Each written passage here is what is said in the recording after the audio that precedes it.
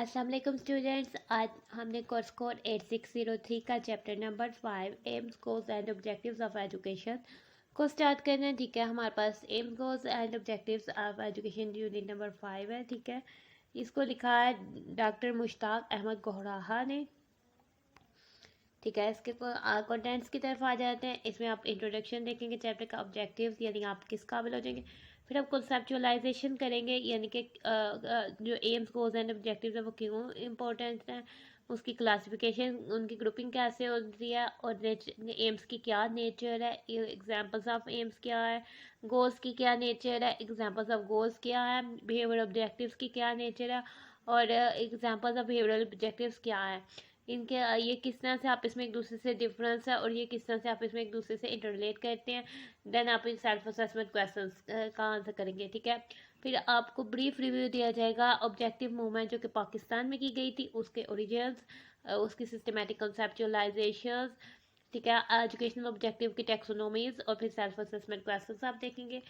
फिर आप ऑब्जेक्टिव को किस तरह से डेवलप कर सकते हैं। ठीक है, द मेन अप्रोचेज जो to education stating education objectives वो क्या थी, राइटिंग बिहेवियरल क्वेश्चंस क्या है, सेल्फ असेसमेंट क्वेश्चंस क्या है। ठीक है, क्रिटिक मॉडल ऑफ ऑब्जेक्टिव्स क्या है, criticism of the objectives model, process model, humanistic model, synthesis, purpose, Pakistani model, activity और सेल्फ असेसमेंट क्वेश्चंस और बिब्लियोग्राफी जो है वो आप इधर देखेंगे। ठीक है, आप सबसे पहले इंट्रोडक्शन आ जाता है। ठीक है, एजुकेशन एक बेसिकली एक गोल ओरिएंटेड एक्टिविटी है यानी कि मकसद काम है। ठीक है, जो एमलेस एजुकेशन होती है वो तबाही मचाती है और जो किसी भी कौम है उसकी तरक्की में रुकावट बनती है। ठीक है, एजुकेशन एम्स के बगैर ऐसे है जैसे कि पर्सन जो है किसी समुंदर के सफ़र में है। ठीक है, एम जो है पूरी एजुकेशन का अंटायर फोकस होता है। ठीक है, जो कि गवर्नमेंट रखती है कि क्या है नेशनल एजुकेशन का क्या मकसद है। कायदे आज़म ने 1947 में अपनी फर्स्ट एजुकेशन कॉन्फ्रेंस बयान किया था कि वो चाहते हैं कि ऐसी प्रोडक्टिव और साउंड सिस्टम ऑफ एजुकेशन को बनाना चाहते हैं जो कि नीड्स जो पाकिस्तान के लोगों की ज़रूरियात और रिक्वायरमेंट्स को पूरा करें और जो कि मुस्लिम हिस्ट्रीज़ और आइडियाज़ से बेस करती हो। तो जो अब पीछे जो गवर्नमेंट्स गुजरी हैं उसने पाकिस्तानी एजुकेशन के एम्स को क्लियरली डिफाइन नहीं किया, ना ही उसे इम्प्लीमेंट किया है, ये इम्प्लीमेंट करने में नाकाम रही हैं। तो जो पाकिस्तानी एजुकेशन की स्टोरी है वो एमलेस एजुकेशन की स्टोरी बन गई है। ठीक है, अगर एम्स गोल्स और ऑब्जेक्टिव्स के मीनिंग्स की अंडरस्टैंडिंग जो है वो ज़रूरी है कुरिकुलम प्लानर के लिए भी और टीचर के लिए भी। ठीक है, इसको 4 पार्ट्स में ड्राइव किया गया, कंसेप्चुलाइजेशन से ऑब्जेक्टिव मूवमेंट और डेवलपमेंट ऑफ ऑब्जेक्टिव्स और क्रिटिक मॉडल ऑफ ऑब्जेक्टिव्स। ठीक है, इनमें सबसे पहले हम कंसेप्चुलाइजेशन को डिस्कस करेंगे। इस चैप्टर को स्टडी करने के बाद आप इस काबिल हो जाएंगे कि आप क्लासीफाई कर सकेंगे एम्स गोल्स और ऑब्जेक्टिव्स को और उसके इंपॉर्टेंस को अंडरस्टैंड कर सकेंगे, इनके बीच रिलेशनशिप और डिफ्रेंसिएशन आप फाइंड कर सकेंगे। आप जान सकेंगे कि कौन से मेजर सोर्सेज एम्स गोल्स और ऑब्जेक्टिव्स के लिए। आप प्रिंसिपल्स सोर्सेज जान सकेंगे जो कि स्टूडेंट का करंट इंटरेस्ट है बिहेवियर ऑब्जेक्टिव्स में। आप ब्रीफ रिव्यू दे देंगे ऑब्जेक्टिव मूवमेंट इन एजुकेशन में। ठीक है, आप Bloom's, Krathwohl's and Harrow's taxonomies of education objectives को बयान कर सकेंगे। आप मेन अप्रोचेस जो कि बिहेवियर ऑब्जेक्टिव्स को लिखने के लिए मेन अप्रोचेस चाहिए उसको देख सकेंगे। आप डेवलप कर सकेंगे स्टेटमेंट जो बिहेवियरल ऑब्जेक्टिव्स के स्टेटमेंट्स को डेवलप कर सकेंगे। आप एनालाइज कर सकेंगे, देख सकेंगे और इवेलुएट कर सकेंगे principal model of curriculum objective को। आप साउंड रैशनल को डेवलप कर सकेंगे और आउटलाइन बना सकेंगे पाकिस्तानी मॉडल की फॉर ताकि एजुकेशनल ऑब्जेक्टिव्स को हासिल किया जा सके। आगे से फर्स्ट में आ जाते हैं कॉन्सेप्चुलाइजेशन। ठीक है, द सिग्निफिकेंस यानी कि importance of AIIMS goals and objectives. ठीक है, एम जो होता है हम उसको देखते हैं सिनोप्टिक व्यू यानी कि हलासा के तौर पर देखते हैं कि हम एजुकेशन से एज अ होल क्या चाहते हैं। ठीक है, क्या मेन पर्पस है एजुकेशन का और हम क्या चाहते हैं। ठीक है, अगर हम क्लियरली एम को डिफाइन नहीं करेंगे तो एजुकेशनल जो प्रोग्राम है वो मीनिंगफुली नहीं होगा। उसको मीनिंगफुली कंसीव हासिल करने के लिए, प्लान करने के लिए और इनिशिएट करने के लिए एम्स जो है वो बहुत ज़रूरी है। जो एम्स का नॉलेज है वो कुरिकुलम प्लानर के लिए और दूसरे रिलेटेड ग्रुप्स के लिए इंडिस्पेंसिबल हो जाएगा। For example our as a Muslim state हमारा एम ये नेशनल एम ये है कि हमने प्रोड्यूस करना पियर्स ईमानदार मजहबी और प्रैक्टिसिंग मुस्लिम थे जो कि अपनी ज़िंदगी में दीन को फॉलो करते हो। ठीक है, अमेरिकन एजुकेशन का एम ये हो सकता है कि वो प्रोड्यूस करे डेमोक्रेटिक और प्रोग्रामेटिक इंडिविजुअल्स। सोशलिस्ट सिस्टम का एम ये हो सकता है कि वो सोशलिस्ट को प्रोड्यूस करे। ठीक है, ये एम्स की बात आ जाती है। अब हम जनरल गोल पे आ जाते हैं। ठीक है, एज जहाँ तक गोल का कंसर्न है वो किसी स्कूल से रिलेट कर सकते हैं, किसी पर्टिकुलर इंस्टीट्यूशन का मकसद जो होता है वो गोल हो सकता है। ठीक है, एम से ज़्यादा जो गोल्स है वो प्रैक्टिकल वैल्यू रखता है। ठीक है, फॉर जो क्लासरूम के जो हासिल करना है उसमें ना एम्स ना गोल्स प्रोवाइड करते हैं, उसके लिए स्पेसिफिकली टर्म यूज़ की जाती है ऑब्जेक्टिव्स। ठीक है, जो कि ऑब्जेक्टिव्स हासिल किए जाते हैं पर्टिकुलरली किसी एक क्लास के लिए, कि वो कौन सा नॉलेज स्किल्स या वैल्यूज़ बिलीव्स और आइडियाज़ और अप्रिसिएशंस हासिल करते हैं, और कुरिकुलम प्लानर्स और टीचर्स इसको यूज़ करते हैं। ठीक है, स्पेसिफिक ऑब्जेक्टिव्स जो होते हैं वो बहुत तरीक़ों से यूज़ किए जा सकते हैं। फर्स्टली ये प्रोवाइड करते हैं कंटेंट कि हमने कौन सा कंटेंट सेलेक्ट करना है, उसकी गाइडेंस प्रोवाइड करते हैं और लर्निंग एक्सपीरियंसेस प्रोवाइड करते हैं। सेकेंडली ये क्लासीफाई करते हैं टाइप्स ऑफ पावर को और कैपेसिटीज़ को, जो कि लर्नर की कैपेसिटीज़ को डेवलप करने के लिए किस तरह से कंटेंट को यूज़ करना है और किस पर्पस के लिए उसको देख। थर्डली ये प्रोवाइड करते हैं कॉमन और कंसिस्टेंट फोकस जो कि डिफरेंट करिकुलर एक्टिविटीज़ के लिए ज़रूरी होता है, वो प्रोवाइड करते हैं। नेक्स्ट हम आ जाते हैं classification of AIIMS goals and objectives. ठीक है, ठीक है, ये 3 ब्रॉड टर्म्स है, एम्स गोल्स ऑब्जेक्टिव्स यूज़ की गई हैं। कई बार ये कलेक्टिवली यूज़ की जाती हैं, जैसे AIIMS and objectives, goals and objectives की तो यूज़ की जाती हैं। ठीक है, एम जो ज़्यादा जनरल होते हैं गोल्स से, और जो ऑब्जेक्टिव्स हैं वो ज़्यादा स्पेसिफिक आज हो जाते हैं। ठीक है, एम्स कंसर्न करते हैं मेजर स्टेजेस ऑफ एजुकेशन से, और गोल्स जो कंसर्न करते हैं overall general statements of purpose of Pakistani education से जो है करते हैं। इस तरह से हम इनको देखते हैं। ठीक है, आगे से आ जाता है नेचर ऑफ एम्स, यानी कि एम्स की क्या जो है वो नेचर है। एम्स जो होती है वो जनरल स्टेटमेंट्स होती हैं जिसमें हम चाहते हैं कि जो लाइफ के आउटकम्स हम हासिल करना चाहते हैं वो एम्स होते हैं, जो कि हम फ़िलासफ़ी से लेते हैं कॉन्शियसली या अनकॉन्शियसली। हम इस एम्स जो है वो फ़िलासफ़ी से लेते हैं। इसकी जो डिफरेंट वैल्यूज़ है वो डायरेक्टली क्लासरूम या क्लासरूम एक्टिविटीज़ या स्कूल से रिलेट नहीं करती। फॉर एग्जांपल ह्यूमन सर्वाइवल, किस तरह से वो ज़िंदगी गुजारेगा। सेल्फ रियलाइजेशन, अपने आप के बारे में जानना। एथिकल करेक्टर यानी मॉरल वैल्यूज़, अखलाकियात, ये कुछ करिकुलम के एम्स हो सकते हैं। ठीक है, की एग्जांपल्स हैं। एम जो है वो शेपिंग करती है या डायरेक्शन प्रोवाइड करती है, जो कि मोस्ट ऐसी इंटेंशन जो कि फ्यूचर्स में यूज़ करनी है। ये सिर्फ जस्ट क्या है, स्टार्टिंग पॉइंट होती है, और ये रिप्रेजेंट करती हैं आइडियल्स को, एस्पायरेशंस को और डायरेक्शंस जिसमें जो सिस्टम है वो जनरली मूव करता है। इसलिए एम्स को जो है क्लियरली डिफाइंड होना चाहिए और इंटरप्रेटेड होना चाहिए और एक्सप्लेन्ड होना चाहिए। नेशनल आइडियोलॉजी और सोशल पॉलिटिकल क्लाइमेट, किसी भी मुल्क के क्लाइमेट से। ठीक है, आगे से एम्स के कुछ एग्जांपल्स हैं। ठीक है, हैरी एस ब्राउडी ने एम्स को 4 कैटेगरीज में क्लासीफाई किया, उसकी ग्रुपिंग किया वैल्यू पैटर्न से, सोशल ऑर्गेनाइजेशंस, सोशल रोल्स और लाइफस्टाइल्स में। ठीक है, एम्स की एग्जांपल वैल्यू पैटर्न आ जाते हैं। ठीक है, वैल्यू पैटर्न, अब डिफरेंट वैल्यू पैटर्न जो है बाकी एग्जांपल्स की जो है वो बुनियाद बनता है। ठीक है, वैल्यू पैटर्न यानी कि अगर हमारे पास वैल्यू इस्लामिक हमने वैल्यूज़ को देखना है और हमने इस्लामिक फ़िलासफ़ी को देखना है, तो बाकी वैल्यूज़ जो है बाकी जो एग्जांपल है वो इससे रिलेट करेंगे। फॉर एग्जांपल हम कह सकते हैं जो प्रोडक्ट्स ऑफ अलीगढ़, देवबंद, नादवा और पब्लिक स्कूल्स वो एक स्पेसिफिक वो रिफ्लेक्ट करते हैं अपने इन इंस्टीट्यूशंस की करैक्टरिस्टिक्स को। जैसे सैयद का मानना था कि वो वेस्टर्न साइंसेस को इंट्रोड्यूस करें ताकि मुस्लिम यूथ जो है वो उसे सीखें और गवर्नमेंट की जॉब्स जो है वो हासिल करें। ठीक है, आगे से सोशल ऑर्गेनाइजेशन आ जाता है।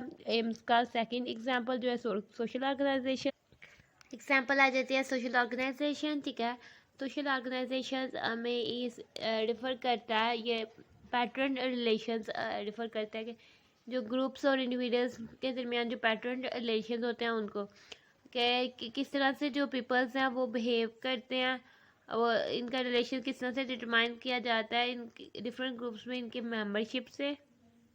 एक्चुअली सोशल ऑर्गेनाइजेशन जो है वो नेटवर्क ऑफ रिलेशनशिप्स है जो कि इंडिविजुअल्स और ग्रुप्स के बीच होता है, और वो डेवलप किया जाता है सोसाइटी में फिलासफिकल पॉइंट ऑफ व्यू से। कोई भी एम जो है वो फ्रूटफुल नहीं होता जब तक कि वो पूरी सोसाइटी में जो है मूव ना करे, या जब तक कि वो सोसाइटी में ना आए।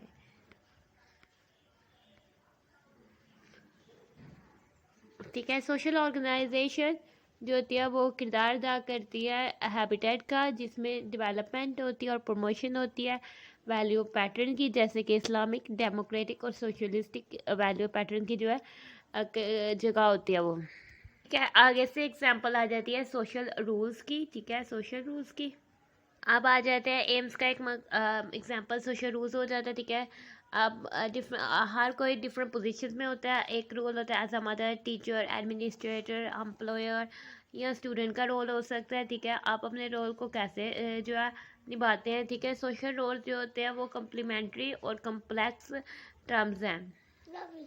एम्स बताती है कि जो सा सोशल रोल आपने अपनाना है उसके लिए क्या पार्ट महसूस सेट ऑफ क्वालिटीज़ है जो कि डेवलप करने, जैसे कि पेरेंट्स, टीचर या फैमिली मेम्बर्स, नेबर्स, सिटीजन और ऑफिशियल को क्या ज़रूरी है कि कौन सी जो क्वालिटीज़ है वो डेवलप करे।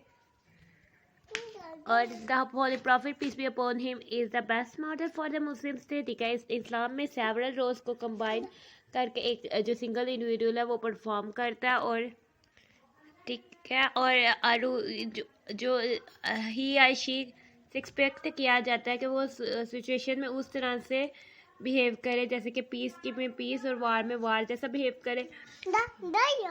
और जो रूलर होता है वो ना सिर्फ स्टेट का हेड होता है बल्कि पब्लिक की जो इलाकियात है उसका गार्डियन, उसका रहनुमान होता है, एक फ्रेंड होता है, दोस्त होता है, हमसाया होता है और एक शहरी भी होता है। इस तरह से जो है social role of individuals Islamic values जो है उस पर असरअंदाज होती है। अब आ जाते हैं एग्जांपल्स ऑफ लाइफस्टाइल आ जाता है। ठीक है, लाइफस्टाइल जो है वो प्रैक्टिकल यानी कि रास्ता है जिससे हम जिंदगी गुजारते हैं। ठीक है, ये जो वैल्यू पैटर्न का प्रैक्टिकल है। ठीक है, जो आप अप्लाई करते हैं आप। ठीक है, आप एक सोसाइटी में डिफरेंट लाइफस्टाइल दे सकते हैं। मिसाल के तौर पर एक बिजनेसमैन का लाइफस्टाइल जो होता है वो गिप्सी और हिपी होता है, जैसे कि ईस्टर्न लाइफस्टाइल डिफरेंट होता है वेस्ट के लाइफस्टाइल से, यानी कि मशरक़ का मगरब से डिफरेंट लाइफस्टाइल होता है। इस तरह से आइडियोलॉजी भी कल्चरल फ्रेमवर्क के लिहाज से जो डिफरेंट लाइफस्टाइल्स बनाती है। तो लाइफस्टाइल जो होता है वो मस्ट भी रिलेट करता है सेंट्रल वैल्यू पैटर्न से। ठीक है, आगे से हमें एग्जांपल्स ऑफ एम्स में मज़ीद बताया गया है। ठीक है, एग्जांपल्स ये हो सकती हैं एम्स की कि अगर आपने जो है पाकिस्तान के पीपल्स के जहनों और दिलों में जनरल तौर पर और स्टूडेंट्स में पार्टिकुलरली जो है डीप सेंस और जो है इस्लाम से जो है लॉयल्टी को बरकरार रखना है, और उन्हें जो है कॉन्शियस जो मुस्लिम नेशन हुड है, मुसलमान नेशंस है, उनके बारे में कॉन्शियस जो है उनको पता होना चाहिए। ऐसे करेक्टर्स को डेवलप करना चाहिए, कंडक्ट करना चाहिए और मोटिवेट करना चाहिए जो कि कुरान और सुन्नह के लिहाज से ट्रू हो और एक्सपेक्ट किया जाए कि वो ट्रू मुस्लिम्स हैं, ताकि उसमें से गैप्स को ख़त्म किया जा सके। किन किन के बीच प्रोफेसिंग और इस्लाम की प्रैक्टिस के बीच जो गैप्स हैं उन्हें ख़त्म किया जा सके। आगे से आ जाती है द नेचर ऑफ गोल्स। ठीक है, गोल जो है स्कूल के होल आउटकम से रिलेट करता है। ये इमीडिएट क्लासरूम असेसमेंट से रिलेट नहीं करता, ये गोल्स और ऑब्जेक्टिव्स के बीच में लाई करता है। ठीक है, ये एम्स से ड्राइव होता है और उससे कंसिस्टेंट होता है, और ये ज़्यादा एक्सप्लिसिट होता है, एम्स से ज़्यादा एक्सप्लिसिट होता है, और ये पाथवे होता है। ठीक है, जो कि सारे ओवरआर्चिंग या ऑल इंक्लूसिव एम्स का जो रास्ता होता है वो होता है। ठीक है, शॉर्टली हम कह सकते हैं गोल जो है एम्स को हासिल करने में मदद करते हैं, यानी कि एक एम आपने हासिल करना है उसके लिए आप छोटे छोटे गोल्स जो डिफाइन करते हैं एक बड़े एम को हासिल करने के लिए, तो इस तरह से जो है गोल्स कहा जा सकता है। गोल्स के दो पर्पज़ हो सकते हैं, दो मकासद हो सकते हैं। फर्स्टली ये हेल्प करता है कि स्टूडेंट की, ताकि वो कॉन्सेप्ट्स अपने इम्प्रूव करें, अपने राइटिंग को इम्प्रूव करें, और इंडिकेट कर हम देखें कि लर्नर्स ने क्या जो है हासिल किया कोर्स के एंड में, हम देखें कि लर्नर किस काबिल हो गया। सेकेंडली ये जो है टीचर को हेल्प करता है ताकि वो जो है एक गैप जो है उसके दरमियान ब्रिज कायम कर दे, ताकि वो उनके एम्स जो उनके मकासद है और जो उनके महसूस ऑब्जेक्टिव्स हैं उनके दरमियान जो है ब्रिज बनाता है, यानी पुल बनाता है। ठीक है, आगे से आ जाते हैं एग्जांपल्स ऑफ गोल्स, यानी गोल्स की एग्जांपल्स।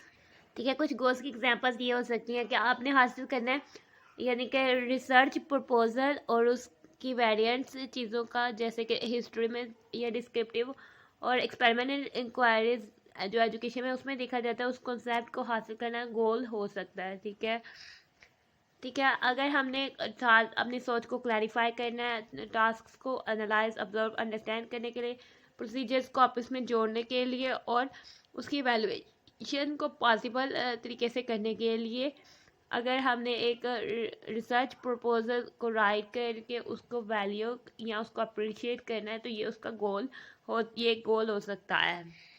ठीक है, एजुकेशनल प्रॉब्लम को आइडेंटिफाई करने के लिए, जानने के लिए कि कौन सी जो है मुनासिब इंटरेस्ट है इन्वेस्टिगेशन से, और कौन सा मेथड जो है काबिल अमल है इन्वेस्टिगेशन के लिए, जो कि मेथड से डिफाइन किए गए हैं, उस लिहाज से ये भी गोल हो सकता है।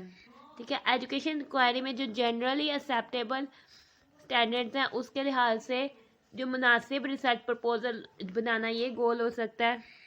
ठीक है, डॉक्यूमेंट्स की प्लानिंग के लिए जो भी डेफिशिएंसीज और स्ट्रेंथ्स है उसको डिटरमाइन करना, क्रिटिकली एग्जामिन करना जो है वो एक गोल हो सकता है। ठीक है, अब डिस्कशन से देखा है कि गोल्स जो होते हैं वो एम्स के कुछ पहलू होते हैं।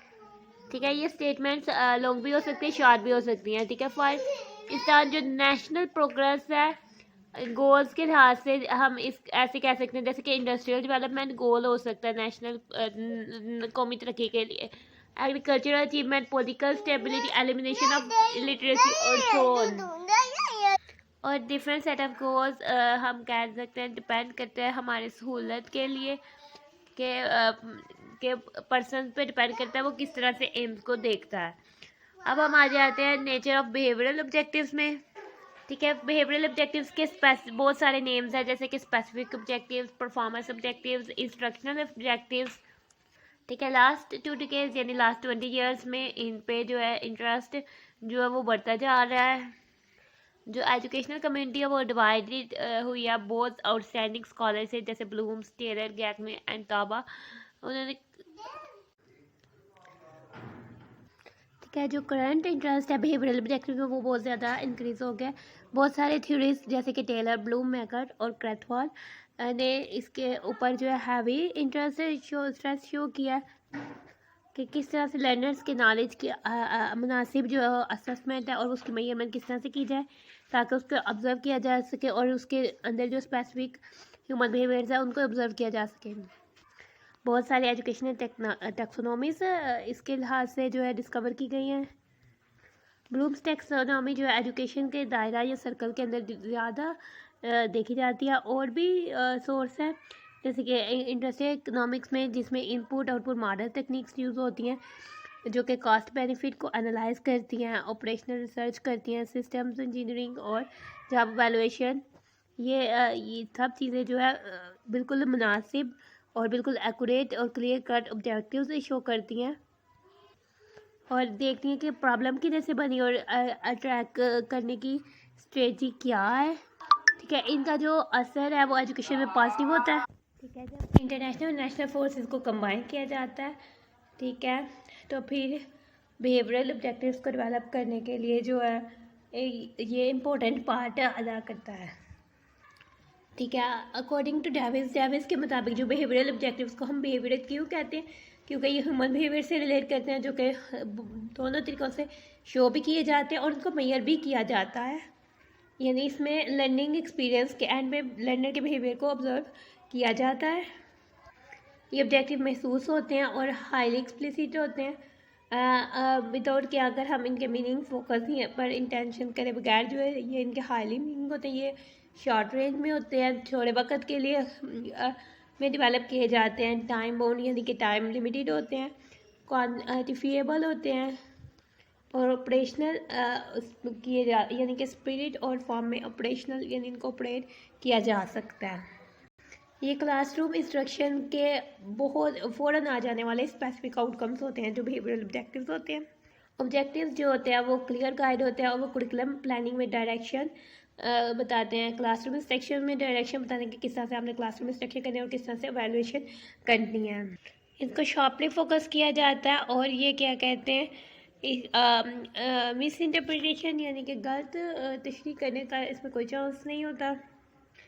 ठीक है, परसियन यानी बिल्कुल अच्छे तरीके से मेजर करना, क्लैरिटी, स्पेसिफिसिटी और क्वान्टिफिबिलिटी जो है वो असूल होते हैं बिहेवियरल स्टेटमेंट ऑफ ऑब्जेक्टिव्स की।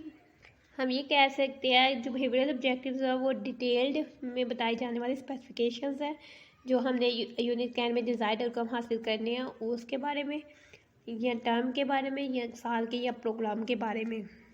जो बहुत सारे ऑब्जेक्टिव्स हैं वो ड्राइव होते हैं, डेवलप होते हैं गोल्स से और डिपेंड करते हैं कुछ अवामिल पे, जैसे पर्पस, मकासद, ग्रेड लेवल क्या है, टीचर्स कन्वेंस, टीचर्स कितना इजी होता है पढ़ाने में, the generative capacity of goal क्या है, उससे जो है असरअंदाज होते हैं। आगे से आ जाता है एग्जांपल्स ऑफ बिहेवियरल ऑब्जेक्टिव्स। ठीक है, इसकी एग्जांपल्स ये है कि हमने ये बिहेवियरल ऑब्जेक्टिव करना है, जैसे कि कोई भी पर्सन है वो इस काबिल हो जाता है कि वो समरी लिख सकता है किसी भी पोएम की, ठीक है, या किसी भी चैप्टर की, यानी हलासा लिख सकते हैं, बता सकते हैं इस चैप्टर में क्या बताया गया। कोई भी पर्सन है वो थ्योरी ऑफ रिलेटिविटी को एक्सप्लेन कर सकता है और कोई भी पर्सन है जो कि 100 आइटम मल्टीपल चॉइस क्वेश्चंस को 1 आवर के अंदर सॉल्व कर सकता है और उसकी मैक्सिमम जो है वो मिनिमम जो है वो 60 आंसर्स को 70 आंसर्स जो है वो करेक्ट होने चाहिए। ठीक है, तो ये बिहेवियरल ऑब्जेक्टिव है जो डेवलप की जाती हैं। ठीक है, इसमें जो है ये इनकम्प्लीट बिहेवियरल ऑब्जेक्टिव है, इसमें ये नहीं बताया क्या किसकी के इंग्लिश पोएम की समरी या हिस्टोरिकल इवेंट की समरी या साइंटिफिक थ्योरी की समरी लिख सकता है, किसके काबिल हुआ है, यानी जनरलाइज बताया हुआ है तो ये इनकम्प्लीट बिहेवियरल ऑब्जेक्टिव है। ठीक है, और थ्योरी ऑफ रिलेटिविटी इसमें बिहेवियर भी बताया हुआ है, रिलेटिव यानी कि रिलेटिविटी और कंटेंट भी बताया हुआ है, तो ये कम्प्रिहेंसिव बिहेवियरल ऑब्जेक्टिव है और ये क्लियरली डिफाइन सब कुछ किया गया है, तो ये कंप्लीट बिहेवियरल ऑब्जेक्टिव है।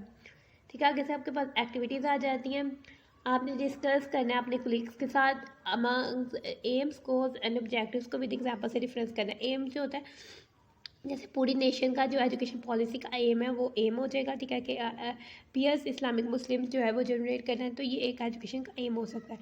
तो गोल्स हम एम्स को हासिल करने के लिए छोटे छोटे गोल्स करते हैं जो कि स्कूल करता है, यानी कि ये एम्स हासिल करने के लिए स्कूल अपना गोल बनाता है कि उसने अपने बच्चों में ये चीज़ें डेवलप्स करनी है और इस तरह से ऑब्जेक्टिव जो क्लासरूम मैनेजमेंट बनाती है कि क्लासरूम में हमने ये चीज़ हासिल करें, तो वो ऑब्जेक्टिव्स हो जाती है। जैसे हमें कह रहे हैं आपने 3 एम्स ऑफ एजुकेशन पकड़ने हैं और उसके 2 गोल्स को डेवलप करना है और उसमें से ऑब्जेक्टिव्स को डेवलप करना है।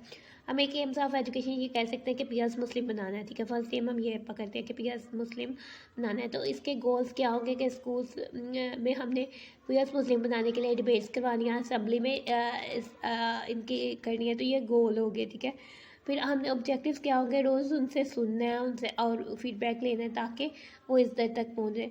दूसरी हमने क्या कहते हैं मुसलमानों को जो है कंप्यूटर में शॉप आईटी की फील्ड में शॉप करना। ठीक है, एम हो सकता है।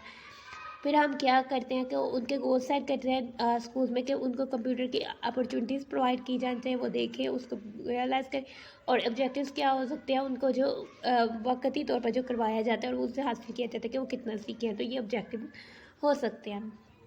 ठीक है, और आगे से हमारे पास थर्ड एम हम ये रख सकते हैं कि हमने उनकी स्किल्स को इम्प्रूव करना है। ठीक है, जैसे आर्ट्स की स्किल्स को इम्प्रूव करना है। ठीक है, दैन स्कूल्स क्या करते हैं आर्ट्स की अपॉर्चुनिटीज़ बच्चों को प्रोवाइड करता है, रोज़ एक लेक्चर्स जो होता है सब क्लासेस में दिया जाता है कि आर्ट्स उन्होंने उसको करना होता है, यानी कि उन्हें परफॉर्म करना होता है। तो ऑब्जेक्टिव्स ये होता है कि क्या वो इतने कलर से ये शेप बना सकता है, इतने कलर से ये, तो ये उसके ऑब्जेक्टिव्स हो जाते हैं। ठीक है, तो इस तरह से हम ऐसे एक्टिविटी को डन कर सकते हैं। आगे से हमारे पास टॉपिक 1.9 है डिस्टिंक्शंस। डिस्टिंक्शंस डिफरेंशिएशन, डिफरेंस को कहते हैं, और इंटररिलेशनशिप यानी एम्स गोल्स और ऑब्जेक्टिव्स के बीच क्या डिफरेंस है और क्या इंटररिलेशनशिप्स है। पहले हम डिफरेंस की तरफ आ जाए। एम्स जो है वो जनरल टर्म्स है और ऑब्जेक्टिव जो है वो मोर स्पेसिफिक टर्म है, और गोल्स इनके बीच की टर्म है, इंटरमीडिएट है, ठीक है। यानी मैं तो ये इनमें डिफरेंस है क्योंकि एम्स जो है वो जनरली होते हैं और इनमें सिमिलैरिटीज़ क्या हो जाएंगी कि ज़्यादा ये टर्म्स जो है इंटरचेंजेबली यूज़ की जाती हैं। कभी कभी ये इतनी ओवरलैप एक दूसरे के अंदर हो जाती है, इतनी मज़म हो जाती है कि उसमें डिफरेंस फाइंड करना हमारे पॉसिबल नहीं होता। इन केसेस में ये जो है सिमिलर टर्म्स हो जाती हैं। जैसे कि हम कह देते हैं कि कोई भी इंस्ट्रक्शनल यूनिट का जो गोल है वो कोर्स का ऑब्जेक्टिव हो सकता है, ठीक है। गोल्स ऑब्जेक्टिव इस तरह से रिलेटिव और फ्लेक्सिबल हो जाते हैं, ठीक है। तो ये सिमिलर भी हो जाती हैं। इस तरह से एम्स से थ्रू गोल्स पे जाते हैं, गोल्स से हम ऑब्जेक्टिव्स में जाते हैं। जब ऑब्जेक्टिव्स हासिल करते जाते हैं तो वो हम करीब गोल हासिल कर लेते हैं, और गोल से जब हासिल करते जाते हैं तो वो फिर हम एम्स हासिल कर लेते हैं। आगे से हमारे पास सेल्फ असेसमेंट क्वेश्चन आ जाते हैं। आपके पास ट्रू फर्स्ट क्वेश्चन है, ठीक है। फर्स्ट है aims are highly imaginative and visionary by nature, ठीक है। हम नेचर से इसको हाईली इमेजिन करते हैं और देखते हैं, तो ये ट्रू है। Curriculum planning involves aims and goals but exclude specific objectives, false, क्योंकि कुरिकुलम प्लानिंग में ये तीनों चीज़ें जो है वो इन्वॉल्व होती हैं। Goals as to operationalise educational thinking at a higher level, goal हमें एजुकेशनल थिंकिंग को ऑपरेशन करते हैं हायर लेवल में, तो ये ट्रू है। एम्स हमें प्रोवाइड करती है ओवरऑल डायरेक्शन, प्रोवाइड करती है ताकि so whole system of education किधर है, तो ये फॉल्स है क्योंकि ये तो ऑब्जेक्टिव्स हमें प्रोवाइड करती है direction. Objectives give direct help in classroom instruction, तो ये हमारे पास ट्रू हो जाएगा। आगे से the role of objective is to specify human behaviour in terms of knowledge, skills, values, attitude. Specify करता है तो स्पेसिफाई का वर्ड आ गया, स्पेसिफिकली करता है तो ये हमारे पास ट्रू हो जाएगा।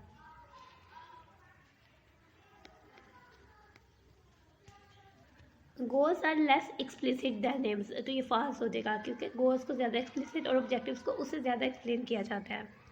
गोल प्रोवाइडेड क्लियर इंडिकेशन और intended educational outcomes than aims, ये ट्रू है क्योंकि गोल्स के बाद एम्स आते हैं। देन हमें goals are directly related to classroom evaluation, ये फॉल्स है क्योंकि ये ऑब्जेक्टिव्स है। Goal refers to ultimate end, false क्योंकि अल्टीमेट एंड्स पे ऑब्जेक्टिव्स ही हमें देते हैं। Statement of behavioural objectives are specific and clear, तो ये ट्रू है। Goals are more operational in form and spirit than objectives, false है क्योंकि गोल्स ज़्यादा ऑपरेशनल है, ज़्यादा काम ऑब्जेक्टिव्स करते हैं। Aims goals and objectives are relative terms, ये रिलेटिव भी हो सकती हैं और डिस्टिंक्ट भी हो सकती हैं, तो ये ट्रू है। Instructional objectives are different from behavioural objectives, false है क्योंकि ऑब्जेक्टिव्स सेम है, ये एक ही बिहेवियरल इंस्ट्रक्शनल ऑब्जेक्टिव सेम ही ऑब्जेक्टिव्स के ही नाम है। आगे से सेकंड क्वेश्चन आ जाता है। हमने एम्स गोल्स और ऑब्जेक्टिव्स बताना है और इनके स्टेटमेंट्स के बारे में बताना है कि ये एम्स गोल्स हैं कि ऑब्जेक्टिव्स हैं, ठीक है। To develop in citizens a deep sense of respect for constitution, अगर हमने शहरों के बीच रिस्पेक्ट की सेंस पैदा करनी तो ये एम हो सकता है। To make citizens they obey rules regulation in the daily life as enforce by the state, यानी कि स्टेट ने जो रूल्स बनाए हैं सिटीजन्स को ऐसा बनाना कि वो उन रूल्स को फॉलो करें अपनी ज़िंदगी में, तो ये गोल हो सकता है, मकसद हो सकता है। हम इस तरह से कह सकते हैं ऑब्जेक्टिव आ सकता है और गोल मकसद है, और जो हमारा एम है वो मंजिल है, हमने उधर तक पहुंचना है। To enable all groups of peoples to gain full understanding of construction of constitution, यानी कि हम एक ग्रुप ऑफ पीपल्स को इस काबिल कर दें कि वो कॉन्स्टिट्यूशन के मुतालिक जो है मुकम्मल अंडरस्टैंडिंग हासिल करें, मुकम्मल उसको समझ जाएं, यानी आइन को अच्छे से समझ जाए, तो ये गोल हो सकता है। आगे से the college student will be able to differentiate between the law and the constitution, ये कॉलेज स्टूडेंट है और उसने डिफ्रेंशिएट करना है कानून को और आइन, यानी कि कानून को और आइन को, तो फिर ये लॉ और कॉन्स्टिट्यूशन, तो ये ऑब्जेक्टिव हो सकता है क्योंकि ये पर्टिकुलर टाइम पे वो कर रहा है, तो ये ऑब्जेक्टिव है। To study the implications of the constitution for various section of the public के डिफरेंट सेक्शंस में जो आइन की इम्प्लीकेशंस है उनको स्टडी करना, ये गोल हो सकता है, ठीक है। To encourage Pakistani student to become enthusiastic about technical subject, यानी पाकिस्तानी स्टूडेंट्स को पुरजोश करना कि वो टेक्निकल सब्जेक्ट्स में जोश रखे तो ये गोल हो सकता है। The business student will be able to type 50 words per minute with only one mistake for every 200 words. तो ये स्पेसिफिक क्या है, तो ये गोल हो, ये ऑब्जेक्टिव होगा। सॉरी बच्चे, to expound the view of scientific and technical development in the key of national progress, यानी नेशनल प्रोग्रेस के लिए हमने साइंटिफिक और टेक्निकल डेवलपमेंट करनी है, तो ये एम हो सकता है। To cultivate the spirit of enterprise in the children and youth in education, जो एजुकेशन इंस्टीट्यूट में चिल्ड्रन और यूथ है उनमें हमने स्पिरिट को एंटरप्राइज की यानी कारोबारी मुहिम को कल्टिवेट करना है, तो ये हमारे पास गोल हो सकता है। ठीक है, क्योंकि एजुकेशन इंस्टीट्यूशंस को पे होल एज बात आ रही है, तो ये गोल है। ठीक है, the other student will gain a variety of experiences during stay in Pakistan. वो जब पाकिस्तान में रहते हैं तो बहुत ज़्यादा एक्सपीरियंसेस हासिल करते हैं, तो ये गोल हो सकता है उनका। ठीक है, half of the 5th graders will correctly list names of the first 4 Khalifa of Islam.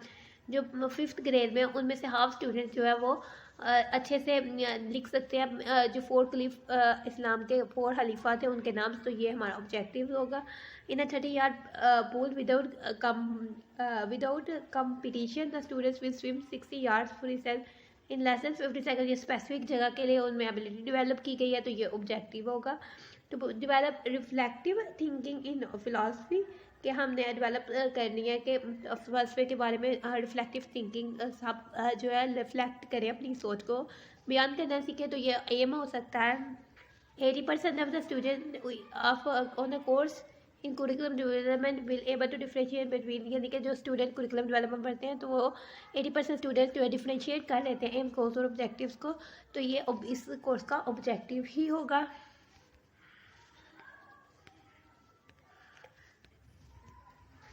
Developing Islamic character and biding love for the principle of Islamic character develop करना और इस्लाम के मतलब लव पैदा करना, ये एम हो सकता है। Students deeply movement in the world of Islam, student जो है इस्लाम की मूवमेंट को डीपली स्टडी करते हैं, तो ये गोल हो जाएगा।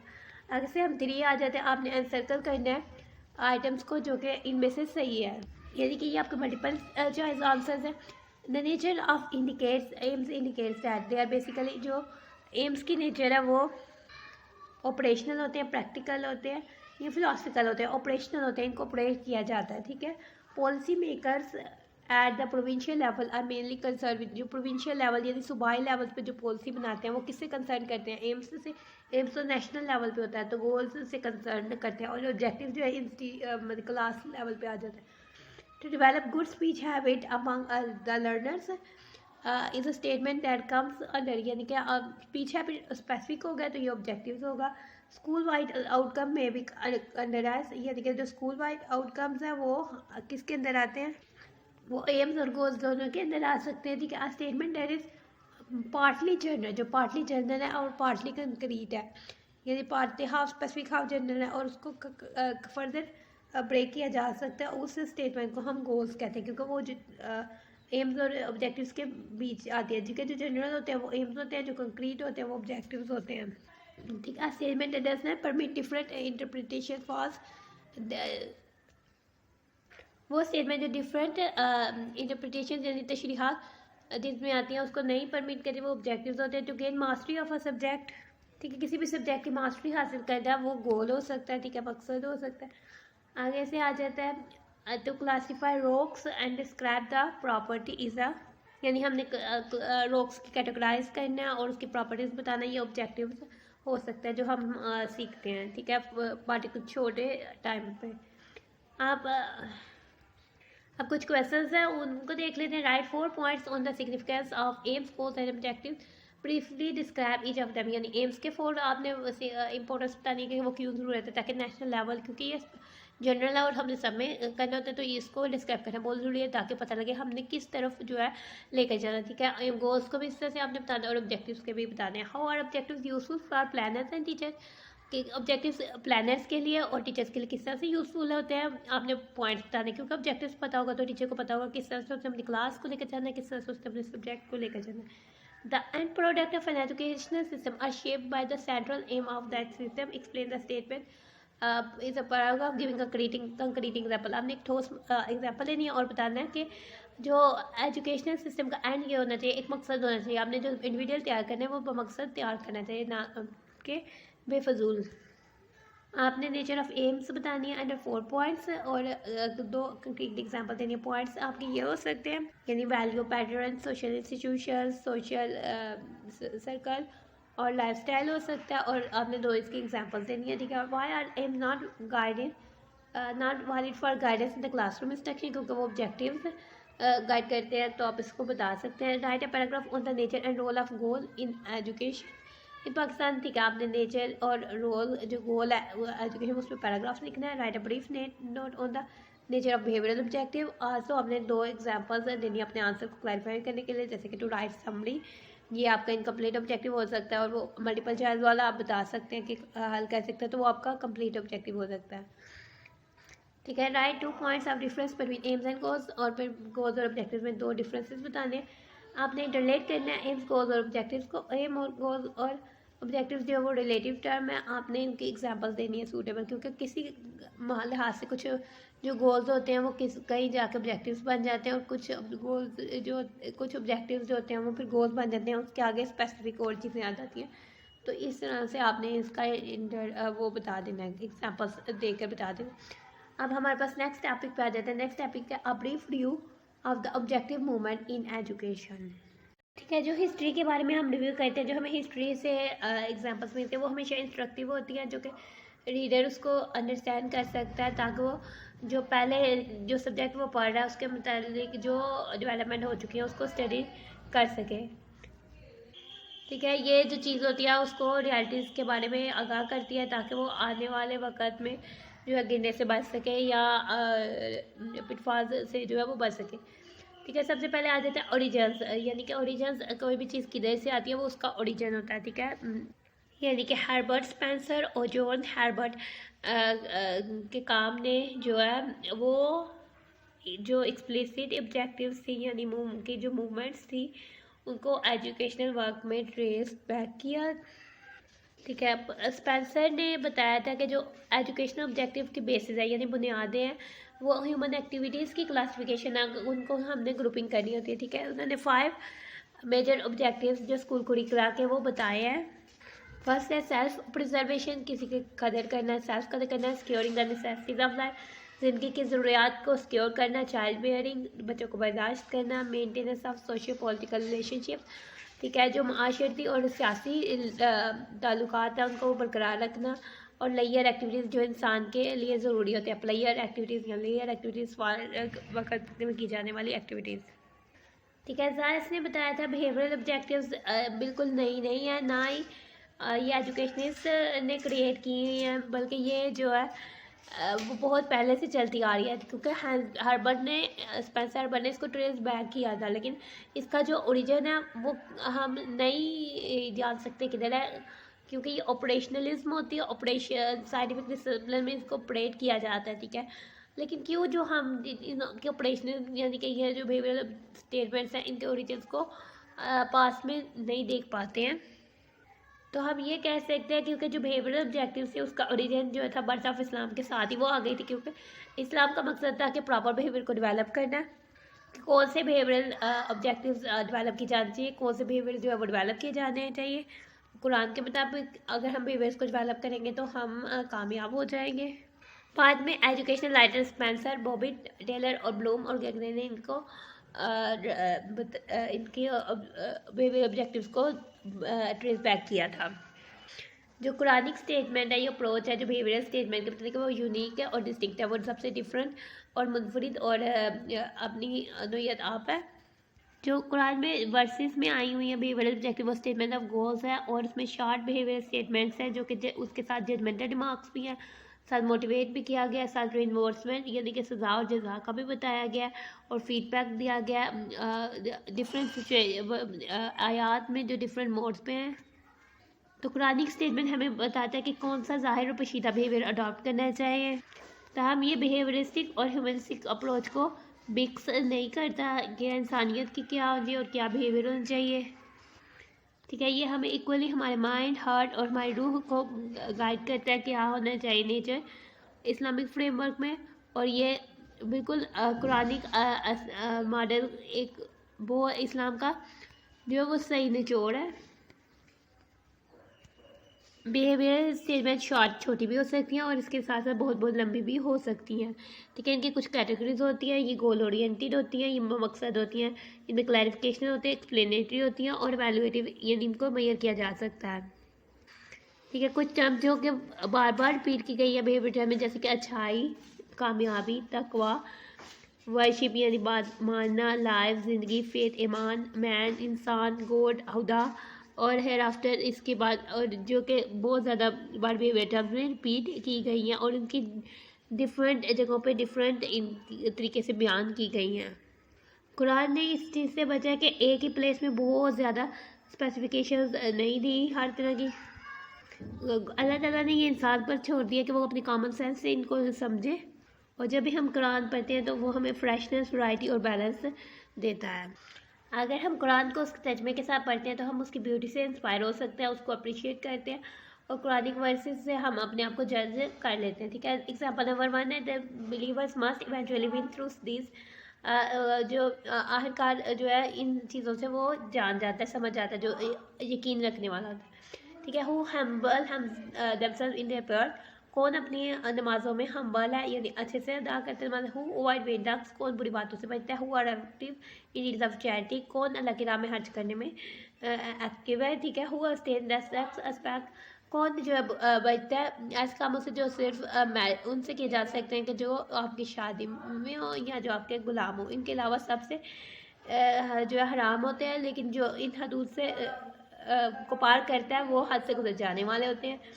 Who faith observe their trust and their covenants, and कौन जो है रेगुलरली यानी ऑब्जर्व करता है अपने ईमानदारी से अपने अक़ायद को जो है टेस्ट करता है, ऑब्जर्व करता है। कौन अब सख्ती से अपनी प्रेयर्स को गार्ड करते हैं कि उसने नमाज पढ़ रही है। ठीक है, अब ये ऐसे लोग हैं जिनके लिए अल्लाह ताला ने जन्नत का कहा है और वो वहाँ हमेशा रहेंगे। एग्जाम्पल नंबर 2 है कि आप अपनी नज़रें मशरिक़ और मगरिब में दराए, आपको कुछ सही नहीं लगेगा, लेकिन सिर्फ और सिर्फ अल्लाह ही सही है।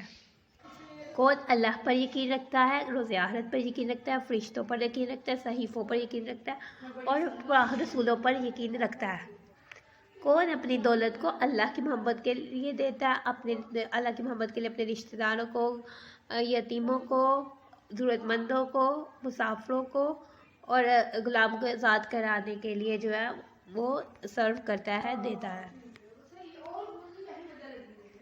कौन बाकायदा हुक्म मानता है, कौन जो है गरीबों की मदद करता है, कौन जो है अपने माहदों को पूरा करता है, कौन जो है फितनों, मुसीबत और मुश्किल वक़्त में सब्र करता है। ये ऐसे लोग हैं जो से मुखलिस हैं और ये लोग खुदा से डरने वाले हैं, जैसे कि सूरह अल-बकरा 177 में। आगे से एग्जाम्पल 3 पे आ जाते हैं। ठीक है, be quick in the race of forgiveness from your lord, अपने अल्लाह से माफ़ी मांगने में जल्दी करो। And for the garden whose width is that of those whole of heavens and of the earth, और ऐसे बाग जिसकी जो चौड़ाई है वो पूरी जन्नत और अर्थ के बीच के प्रिपेयर्ड फॉर द, उसके लिए तैयार हो जाओ। Who spend freely whether in prosperity और इन एडवर्सिटी, कौन जो है वो खुशहाली और मुसीबत में खर्च करता है। कौन गुस्से पर काबू पाता है, अल्लाह उससे मोहब्बत करता है जो लोगों से मोहब्बत करता है। कौन जो है वो काबिल शर्म काम या गलत काम करता है और फिर अल्लाह से माफ़ी मांगता है, और कौन है जो अल्लाह के सिवा माफ़ कर सकता है। कौन जो पहले से उसने काम कर लिया है, गलत काम कर लिया है या जो पहले से नॉलेज है उसके बारे में जिद नहीं करता है, उनके लिए अल्लाह ताला से माफ़ी का इनाम है। और ऐसे बागात हैं जिसमें नहरें बहती हैं और अब्दी क़याम का है, कितना बेहतर उनको रिकम्पल्स मिलेगा उनके कामों की वजह से और उनकी कोशिश की वजह से। सूरह आल इमरान 133-136 के बीच ये बताया गया आपको। ठीक है, इसमें हमने नोट किया है कि जो जनरल स्टेटमेंट्स हैं उनको सेवरल जो महसूस ऑब्जेक्टिव्स में डिवाइड किया गया है, और हम देखते हैं कि इनमें एक्शन वर्ब्स के कौन से काम करने हैं, कौन सा बिहेवियर आपने अडॉप्ट करना है, और जो ज़रूरी क्लैरिफिकेशन है वो की गई हैं। शॉर्ट और लॉन्ग ऑब्जेक्टिव्स बताए गए हैं। अदर इंटरेस्टिंग फीचर्स इसमें ये थी कि आपने देखते हैं कि जो स्टेटमेंट है, एक जनरल स्टेटमेंट जो है वो शुरू में दी गई है। ठीक है, और ऑलरेडी और जजमेंटल मार्क्स दिए गए हैं और एंड में जजमेंटल और मोटिवेशनल इनपुट्स दिए गए हैं एज जो स्टेटमेंट्स के एंड वाली स्टेटमेंट तीनों एग्जाम्पल्स में। कुरान जो है वो एक्सट्रीमली एक्शन वर्ब्स काम का कौन से काम करने हैं उस पर और कौन से बिहेवियर अडॉप्ट करने हैं उस पर जोर देता है। कुरान जो है वो कुरिकुलम की किताब नहीं है बल्कि ये रहनुमाई की किताब है, ठीक है, जो कि रहनुमाई करती है और ये इंसान को इंडिपेंडेंट छोड़ती है कि वो उस पर किस तरह से अमल करता है और वो किस तरह से इसको फॉलो करता है ताकि वो प्राइज़ का हकदार हो जाए। आगे से हमारे पास आ जाती है सिस्टमेटिक कंसेप्चुअलाइजेशन। 1980 में फ्रैंकलिन बॉबिट ने लिखा था कि अगर करिकुलम डेवलप करना है उसके लिए जो है क्यों हाईलाइट की थी कि ज़रूरत है ऑब्जेक्टिव्स को क्लियरली लिखा जाए। बाद में कहा था कि ऑब्जेक्टिव्स को जो है एक्टिविटी जो करवाई जाती है उसकी एनालिसिस करने के बाद जो है ड्राइव किया जाए। लेकिन जो बॉबिट्स का था उसका मेनली फोकस इस पर था कि किस तरह से ऑब्जेक्टिव्स को जो है महसूस किया जाए, उसको सिंप्लीफाई किया जाए और क्लियर किया जाए ताकि ऑब्जेक्टिव्स जो है बनाने में हेल्प आउट हो सके। 1924 में वेरेट चार्टर ने अपनी यानी कि सिस्टमेटिक कुरिकुलम की जो थ्योरी सिस्टमेटिक कुरिकुलम डिज़ाइन की जो थ्योरी थी उसमें बताया था कि जो उसका फर्स्ट स्टेप है कुरिकुलम डेवलपमेंट में वो ये हो कि जो उसके मेजर ऑब्जेक्टिव्स हैं उनकी जो है वजाहत या एक्सप्लेनेशन पहले बतानी है, फिर उनके आइडियाज़ में नमूना में कन्वर्ट करना है, एनालाइज करना है, अंडरस्टैंड करना है, दैन उनकी एक्टिविटीज़ को बताना है, ठीक है। यानी कि ऑब्जेक्टिव्स को दो पार्ट में ग्रुपिंग करनी है, आइडियल ऑब्जेक्टिव्स और क्लासिफाइड ऑब्जेक्टिव। आइडियल जैसे कि गुड सिटीजन, इस तरह से दोनों पे काम करना है और एक्टिविटी में वो क्या काम करता है, गुड सिटीजन के क्या वर्क है, ये हो जाता है, ठीक है। और बाद में इनको फर्दर डिवाइड किया गया डिफरेंट यूनिट्स में और एनालाइज चार्ट के जरिए किया गया। एक छोटी लेकिन रवायती बुक जो कि राल्फ टेलर ने लिखी थी, प्रिंसिपल्स ऑफ कुरिकुलम डेवलपमेंट 1969 में, ठीक है, उसमें सिस्टमेटिक तरीके से बताया गया है कि किस तरह से ऑब्जेक्टिव बनाने हैं, ठीक है। दूसरी चीज़ों के साथ साथ टेलर ने जो है 2 डायमेंशनल मैट्रिक्स यानी 2 डायमेंशनल यूनिट किया था ताकि बिहेवियरल ऑब्जेक्टिव्स को स्टेट किया जा सके, बताया जा सके, ठीक है। उसने कहा था जो ऑब्जेक्टिव्स है उनको दोनों टर्म्स में किया, बिहेवियर के टर्म्स में भी एक्सप्रेस किया जाना चाहिए कि कौन सा बिहेवियर हमने डेवलप करना है, कौन से लर्निंग एक्सपीरियंसेस करवाने हैं ताकि जो गिवन ऑब्जेक्टिव्स है वो हासिल किया जा सके और वो हाईली इंस्ट्रक्टिव हो, यानी कि हाईली तरीके से उनको बयान कर दिया गया हो। हम जो टेलर था वो इस बात पे जोर देता था कि मुनासिब असेसमेंट और वैल्यूएशन भी होनी चाहिए, ठीक है। राल्फ टेलर के वर्क से इंस्पायर होकर बेंजामिन ब्लूम्स ने 1956 में टैक्सोनॉमी ऑफ एजुकेशनल ऑब्जेक्ट्स जो कॉग्निटिव डोमेन थी वो डेवलप की थी, और कैथरथोल ब्लूम्स ने जो अफेक्टिव डोमेन की कवरेज को देखा था, और माइसा ने 1964 और अनीता हैरो ने 1972 में साइकोमोटर डोमेन को जो है डिस्कस किया था। इन डोमेन से जो हम अंदाज़ा लगाते हैं जो एजुकेशनल एक्टिविटी है वो हायरार्किकल होती है, यानी सिंपल से कम्प्लेक्स की तरफ जाती है, ठीक है। लो लेवल लर्निंग से कम्प्लेक्स हाई लेवल लर्निंग की तरफ जाती है।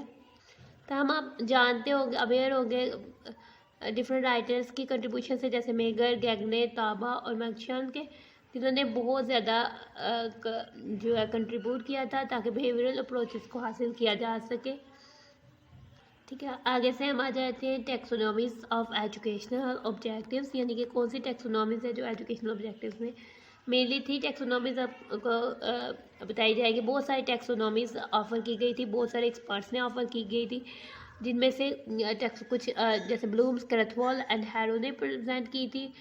इनकी टैक्सोनॉमीज कोग्निटिव डोमेन में, अफेक्टिव डोमेन में और साइटेटिव मोटिव डोमेन में। ये जो 3 टैक्सोनॉमीज हैं ये ज़्यादा पॉपुलर टैक्सोनॉमीज हैं और ये कुरिकुलम प्लानिंग में बहुत ज़्यादा यूज़ की जाती है। टीचर्स इनको बहुत ज़्यादा यूज़ करते हैं और लर्नर भी इनको बहुत ज़्यादा यूज़ करते हैं, ठीक है। इन टैक्सोनॉमीज में दर्जाबंदी की गई है हर डोमेन की, और कुरिकुलम डेवलपमेंट के प्रोसेस की भी हायरार्किकल ऑर्डर में है, ठीक है, कि किस तरह से हमें टेस्ट बनाना है और वैल्यूएशन करनी है टीचिंग और लर्निंग में, ठीक है। टैक्सोनॉमीज के महसूस मकासद हैं, ठीक है, ये हमें एम्स और गोल्स को क्लियर करने में मदद करती है, ठीक है। ये टेस्ट को बनाने और उसको एवेलुएट करने के हथियार हो सकते हैं, और ये हेल्प करती है टीचर्स की, कुरिकुलम प्लानर की, ताकि वो डिफरेंट ऑब्जेक्टिव्स को डिफरेंट कोर्सेज में किस तरह से हासिल कर सकते हैं। मोर ओवर ये टेस्ट को एनालाइज करने में और एग्जामिनेशंस को एनालाइज करने में हेल्प आउट करती है और टीचर और लर्नर की मदद करती है ताकि वो जोर दे सके डिफरेंट कैटेगरीज में। ठीक है। फर्स्ट आ जाती है कॉग्निटिव डोमेन। ठीक है। ब्लूम्स ने इसको इस तरह से डिफाइन किया था कि सबसे पहले नॉलेज आ जाता है। कोई भी हम किसी भी चीज़ का नॉलेज लेते हैं, ठीक है, जनरलाइजेशन करते हैं। कोई पहले हम किसी भी फैक्ट्स का नॉलेज लेते हैं, ठीक है।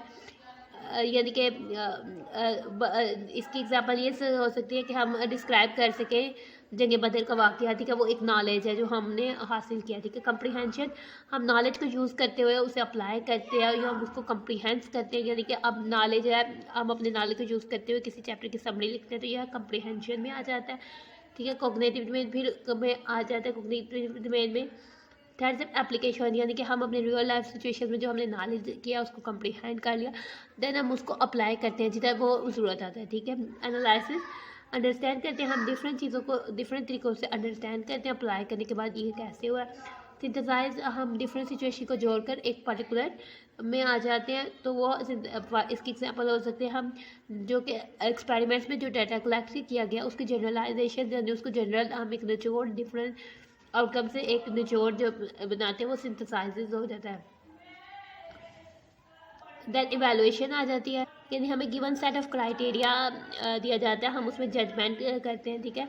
जजमेंट में हाई लेवल ऑफ थिंकिंग जो इन्वॉल्व होती है, ठीक है। एवैल्यूएशन में हम बिहेवियर को देखते हैं कि कितना वो क्रिटिसाइजिंग है, जस्टिफाइंग, एवैल्यूएटिंग है, डिफेंडिंग कर रहा है, कंपेयर कर रहा है या कंट्रास्टिंग या असेसिंग कर रहा है, ठीक है। इसकी एग्जांपल हो सकती है हम सेकेंडरी स्कूल कुरिकुलम को नेशनल पॉलिसी के लिहाज से जो एवैल्यूएट करते हैं कि secondary school curriculum national policy में कितना वो इफेक्टिव रहा है, तो ये डोमेन है, ठीक है। देन सेकंड डोमेन है जो क्रैथवॉल, ब्लूम्स और मेसा ने एलिब्रेट की थी, ठीक है, वो अफेक्टिव डोमेन, ठीक है।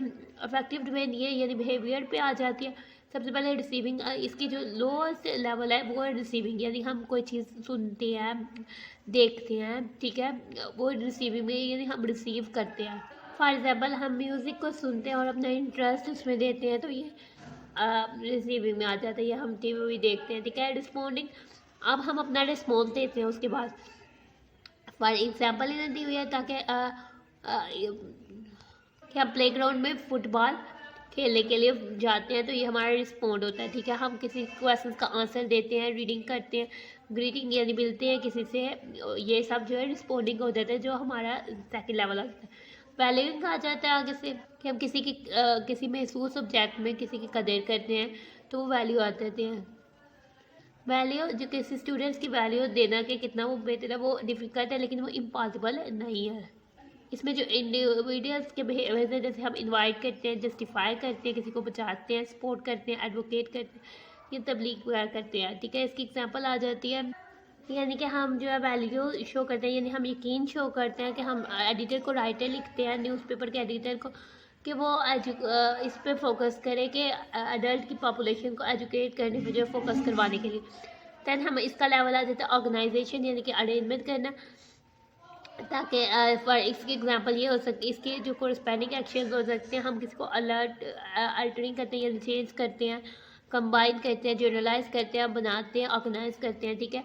कि जो औरतों की आज़ादी है इस्लाम में, उस पर जजमेंट करना, यानी कि स्टेटमेंट्स देना, वो ऑर्गेनाइजेशन में आ जाएगा।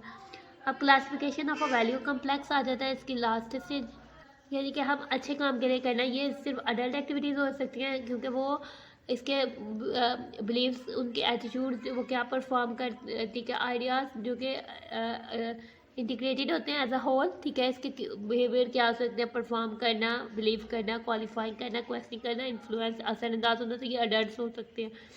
फॉर एग्जांपल कि हम जो दुनिया में अमन वाले कामों को प्रमोट करते हैं या उसको सपोर्ट आउट करते हैं, तो ये हम कैरेक्टराइजेशन वैल्यू कम्प्लेक्स में लास्ट स्टेज पे आ जाते हैं। अगर से थर्ड डोमेन है the taxonomy, the psychomotor domain, ठीक है, ये हमारे फिजिकल में आते हैं कि हमने अपनी फिजिकल, यानी हमने फिजिकल एबिलिटीज़ में आ जाती है, ठीक है, वो मेंटल बिहेवियरल में आ गई थी, और उससे पहले जो थी स्किल्स के लिहाज से आ गई थी, अब ये फिजिकल में आ जाती है। सबसे पहले रिफ्लेक्स मूवमेंट, ठीक है, सबसे पहले जो हमारे इनवॉलंटरी मोटर्स यानी कि जो हम रिस्पॉन्सेस करते हैं जो कि हमारे बर्थ से हमारे अंदर मौजूद होते हैं, वो हमारे थ्रू आउट लाइफ चलते हैं, वो रिफ्लेक्स मूवमेंट होते हैं। फॉर एग्जाम्पल स्ट्रेचिंग करना, अपने आप को रिलैक्स करना और वगैरह, ये हमारे पास रिफ्लेक्स मूवमेंट्स होते हैं, और ये बाय बर्थ से ही रिफ्लेक्स मूवमेंट्स करते हैं, फेस के इमोशंस वगैरह।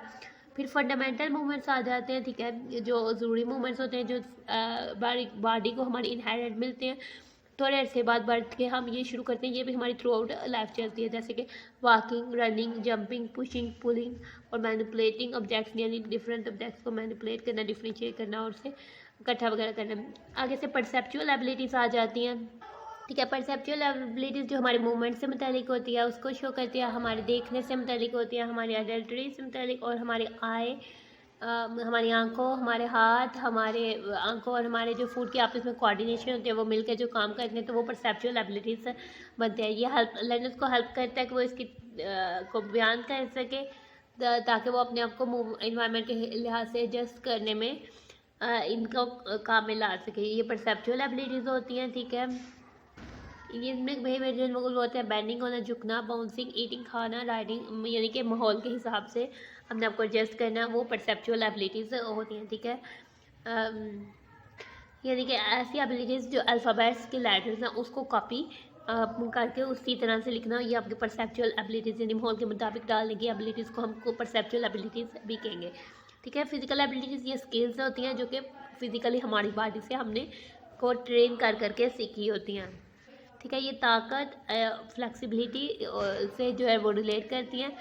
इसके बिहेवियर जो है वो, इसमें जो पायदार सेहत एक्टिविटीज़ होती हैं, यानी तेज़ से मूव करना, बेहतरी तरीके से मूव करना, अपने टोज़ को यानी अपने पाँव के ट्रेनों को टच करना, स्टॉप, अचानक से रुकना, अचानक से चलना, ये फिज़िकल एबिलिटीज़ आती है।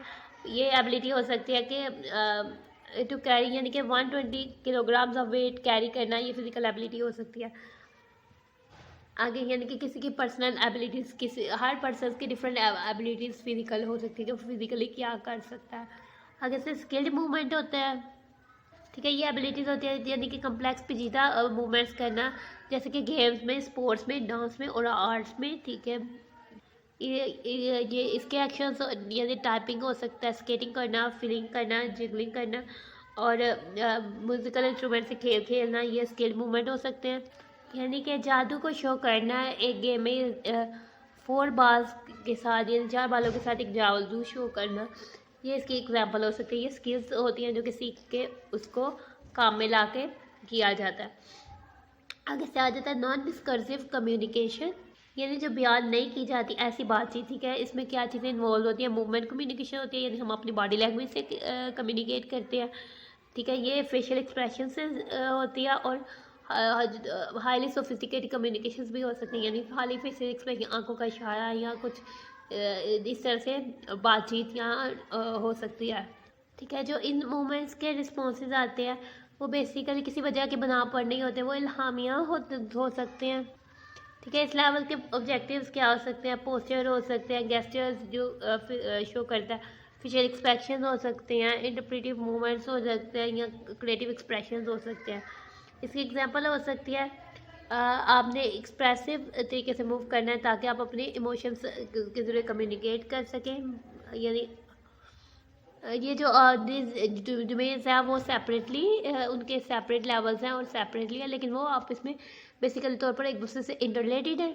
मिसाल के तौर पर जब एक स्टूडेंट है वो रिव्यू देता है किसी पॉइंट के मुताबिक में, ना सिर्फ वो अपनी कॉग्निटिव के एनालिसिस वाले स्किल्स को यूज़ करता है, बल्कि इसके साथ साथ जो वो है वो फैक्टिव डोमेन की वैल्यू और ऑर्गेनाइजेशन ऑफ वैल्यूज़ वाली स्किल को भी यूज़ करता है, ठीक है। इसलिए डोमेन में ओवरलैपिंग रिलेशंस है और वो पॉसिबल और रियल है, ठीक है। कुछ लिमिटेशंस की हद तक जो टेक्सोनॉमिक्स की अप्रोच है वो डिफरेंट तरीक़ों से यूज़फुल है, ठीक है। ये टेक्सोनॉमिक्स कुरिकुलम को प्लान करने के लिए और टीचिंग की वैल्यूएशन के लिए भी बहुत ज़रूरी है,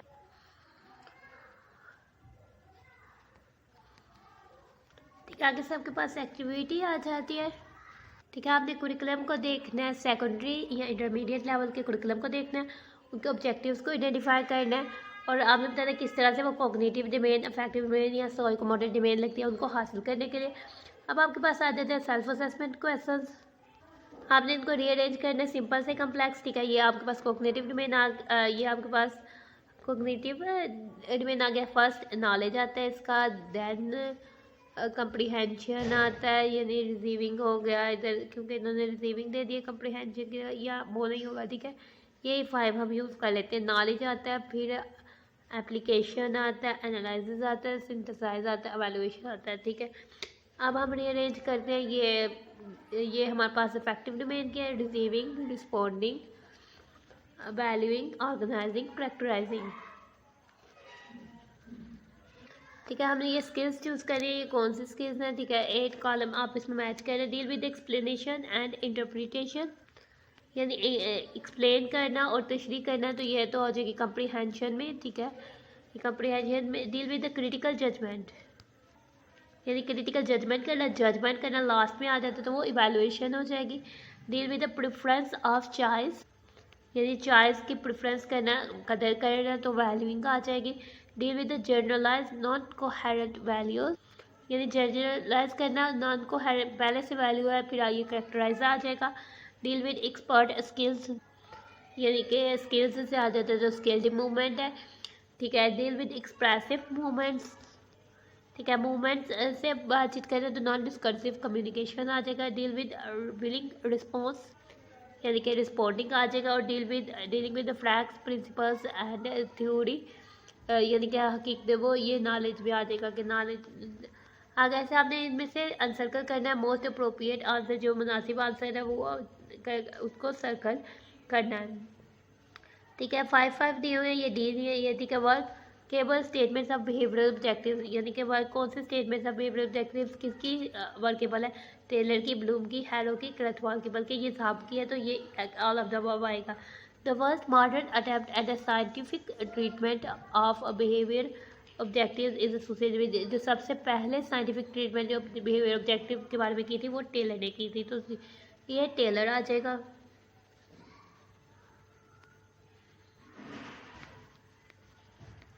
ठीक है। The taxonomy of the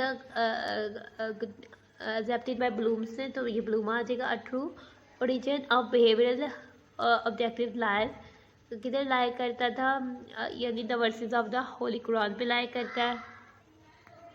the Quranic behaviour statements are characterised, यानी कि वो क्लियर होती है, बिहेवियर स्पेसिफिकेशन होती है, एक्शन वर्ब्स होते हैं, और जाहिर और पोशीदा बिहेवियर होता है, ये सब जो चीज़ें होती हैं इसमें, तो ये ऑल ऑफ द अबव आ जाएगा, ठीक है। The Quranic behaviour for different सूरत are actually short, long, explanatory, clarificational, ये सब चीज़ें उसमें होती हैं, ठीक है।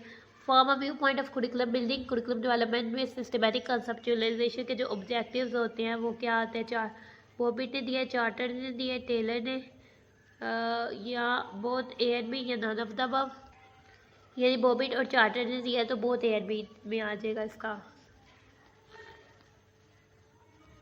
आपने क्लियरली स्टडी करना और बताना कि कौन से डोमेन से है।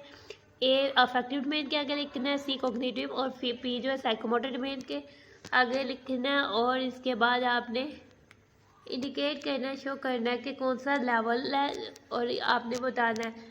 उसके साथ आपने क्या लिखना है, ठीक है। जैसे एनालिसिस के लिए ए और एप्लीकेशन के लिए ए पी लिखना है, ठीक है। ये इधर डोमेन लेवल और ये आइटम्स हैं, ठीक है। डोमेन लेवल, ठीक है, हम साथ साथ लिखते हैं। सबसे the people writes a letter, एक जो पर्सन है वो लेटर को लिख लेता है, ठीक है। तो ये हमारे पास साइकोमोटर डोमेन आ जाती है, ठीक है, और लिख लेता है तो ये उसकी परसेप्चुअल एबिलिटी है,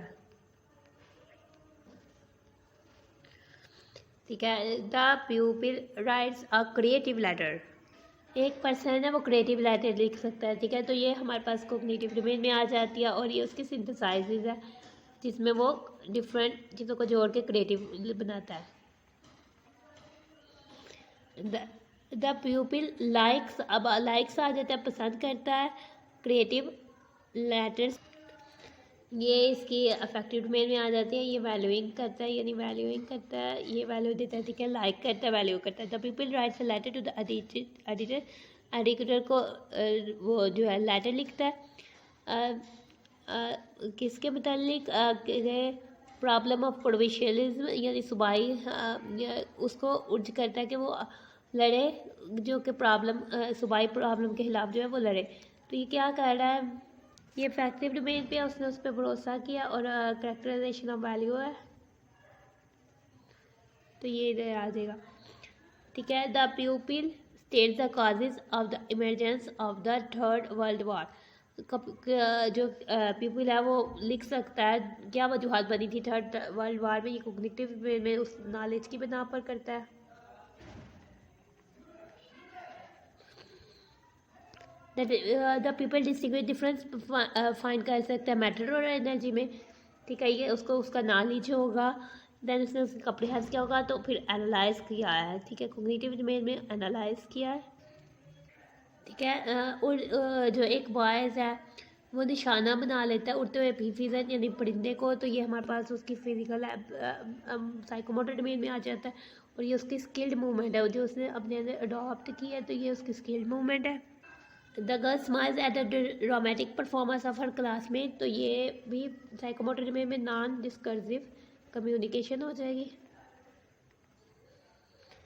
आगे से the teacher conducts practices in the examination hall, teacher जो एग्जामिनेशन हॉल में बदनवानी पैदा कर रही है, तो ये भी वैसे अफेक्टिव डोमेन में आ जाएगा और ये वैल्यूइंग में आ जाएगी। यहाँ पे इसको वैल्यूइंग की जगह जो है वो कर रही है, तो ऑर्गेनाइजिंग में आ जाएगी। ठीक है, आगे से 10th वाला है the प्यूपिल develops his personal philosophy of social welfare. जो है पीपल है वो अपने अंदर पर्सनल डेवलपमेंट करते हैं, तो ये पहले तो अफेक्टिव डोमेन में आ जाएगा, और ये करेक्टराइज कर रहा है तो करेक्टराइज वैल्यू आ जाएगा। ठीक है, आगे से हम चलते हैं। द पीपल इंटरप्रेट्स तशरीह कर देता है जो कि सोशल जस्टिस है, माशरती जस्टिस है इस्लाम पे, तो ये हमारे पास कोग्निटिव डोमेन आ जाएगी, और तशरीह कर सकता है तो ये उसकी कम्प्रीहेंशन आ जाएगी। The people criticise the method of teaching, जो पीपल है वो टीचिंग के मेथड को क्रिटिसाइज करता है, तो वो ये उसकी कोग्निटिव डोमेन आ जाएगी, ये उसकी इवैल्यूएशन होगी। ठीक है, उसने सब उसको जज करके इवैल्यूएट किया है। The people run a 200 metre race. ठीक है, ये रेस की बात आ गया, इसमें इसकी साइकोमोटर डोमेन यूज़ हुई है, और ये इसकी फंडामेंटल एक्टिविटी है। कोई भी क्योंकि टाइम लिमिट नहीं बताई हुई, तो वो फिजिकल एबिलिटी होती है, तो ये फंडामेंटल होती है। The people listens to the view point of others. ठीक है, ये लिसन सुनने वाली बात है, अफेक्टिव है, और ये रिसीविंग यानी कि रिसीव करता है। ठीक है, the people uses his knowledge of economics in the market, ये कोग्निटिव डोमेन है, और ये एप्लीकेशन यानी अप्लाई करता है। आगे से the people develops a new design of the building after study of several design. ठीक है, आफ्टर स्टडी करने के बाद वो करता है, तो ये कॉग्निटिव वे में सिंथेसाइज करता है। आगे से हमारे पास कुछ क्वेश्चंस हैं, उनको देख लेते हैं। In what sense is the Quran the first educational document on the behavioural approach to objective, किस सेंस में जो कुरान है वो फर्स्ट एजुकेशनल डॉक्यूमेंट है, ताकि बिहेवियरल अप्रोच ऑफ ऑब्जेक्टिव से आप बताएं। ठीक है, एक्सप्लेन हमने पैराग्राफ में क्योंकि कुरान में हर चीज़ हमें बिहेवियर के बारे में बताया हुआ है, देन हम इसको पैराग्राफ में बयान करेंगे। List 2 distinctive qualities of Quranic behaviour statement and describe it very briefly. 2 different qualities आपने कुरानिक बिहेवियर की बतानी है। एक ये कि उसमें शुरू में बता दिया जाता है, दैन लास्ट में उसमें जो है जजमेंटल स्टेटमेंट भी दी जाती है, तो आपने उसको एक्सप्लेन करना है briefly. Right A Quranic statement of goals along with its corresponding behaviour objective. ऐसी कुरानिक स्टेटमेंट लिखें जिनमें आपको गोल्स भी बताए जाएँ और साथ साथ उसके जो कोरस्पोंडिंग बिहेवियर ऑब्जेक्टिव्स हैं वो भी बताए जाएँ। ठीक है, आपने 3 एग्जाम्पल्स देखी हैं, उनमें से आप कर सकते हैं। Analyse Quranic behavioural objectives of any statement of goal to reference to the modern approach and indicate their peculiar characteristics as actually found in the statement and study। आपने कोई स्टेटमेंट गोल्स की स्टेटमेंट लेनी है, उसमें आपने behaviour objectives को analyse करना है, देखना है, और उसको मॉडर्न मौजूदा वक्त के लिहाज से देखना है, उसकी करैक्टरिस्टिक्स जो है बतानी है, जो कि अंडरस्टैंडिंग है। ठीक है, वो भी, और चार्टर की systematic conceptualisation of behaviour objectives के बारे में आपने बताना है, और दोनों के लिए 2-2 पॉइंट्स आपने बताने। आपने ब्रीफली डिस्क्राइब करना है टेलर्स की, जो कि क्या उसने टेलर्स ने बिहेवियर ऑब्जेक्टिव के बारे में थिंक किया था। आपने टैक्सोनॉमिकल ट्रीटमेंट ऑफ ऑब्जेक्टिव्स पे रैशनली जो है डिस्क्राइब करना है।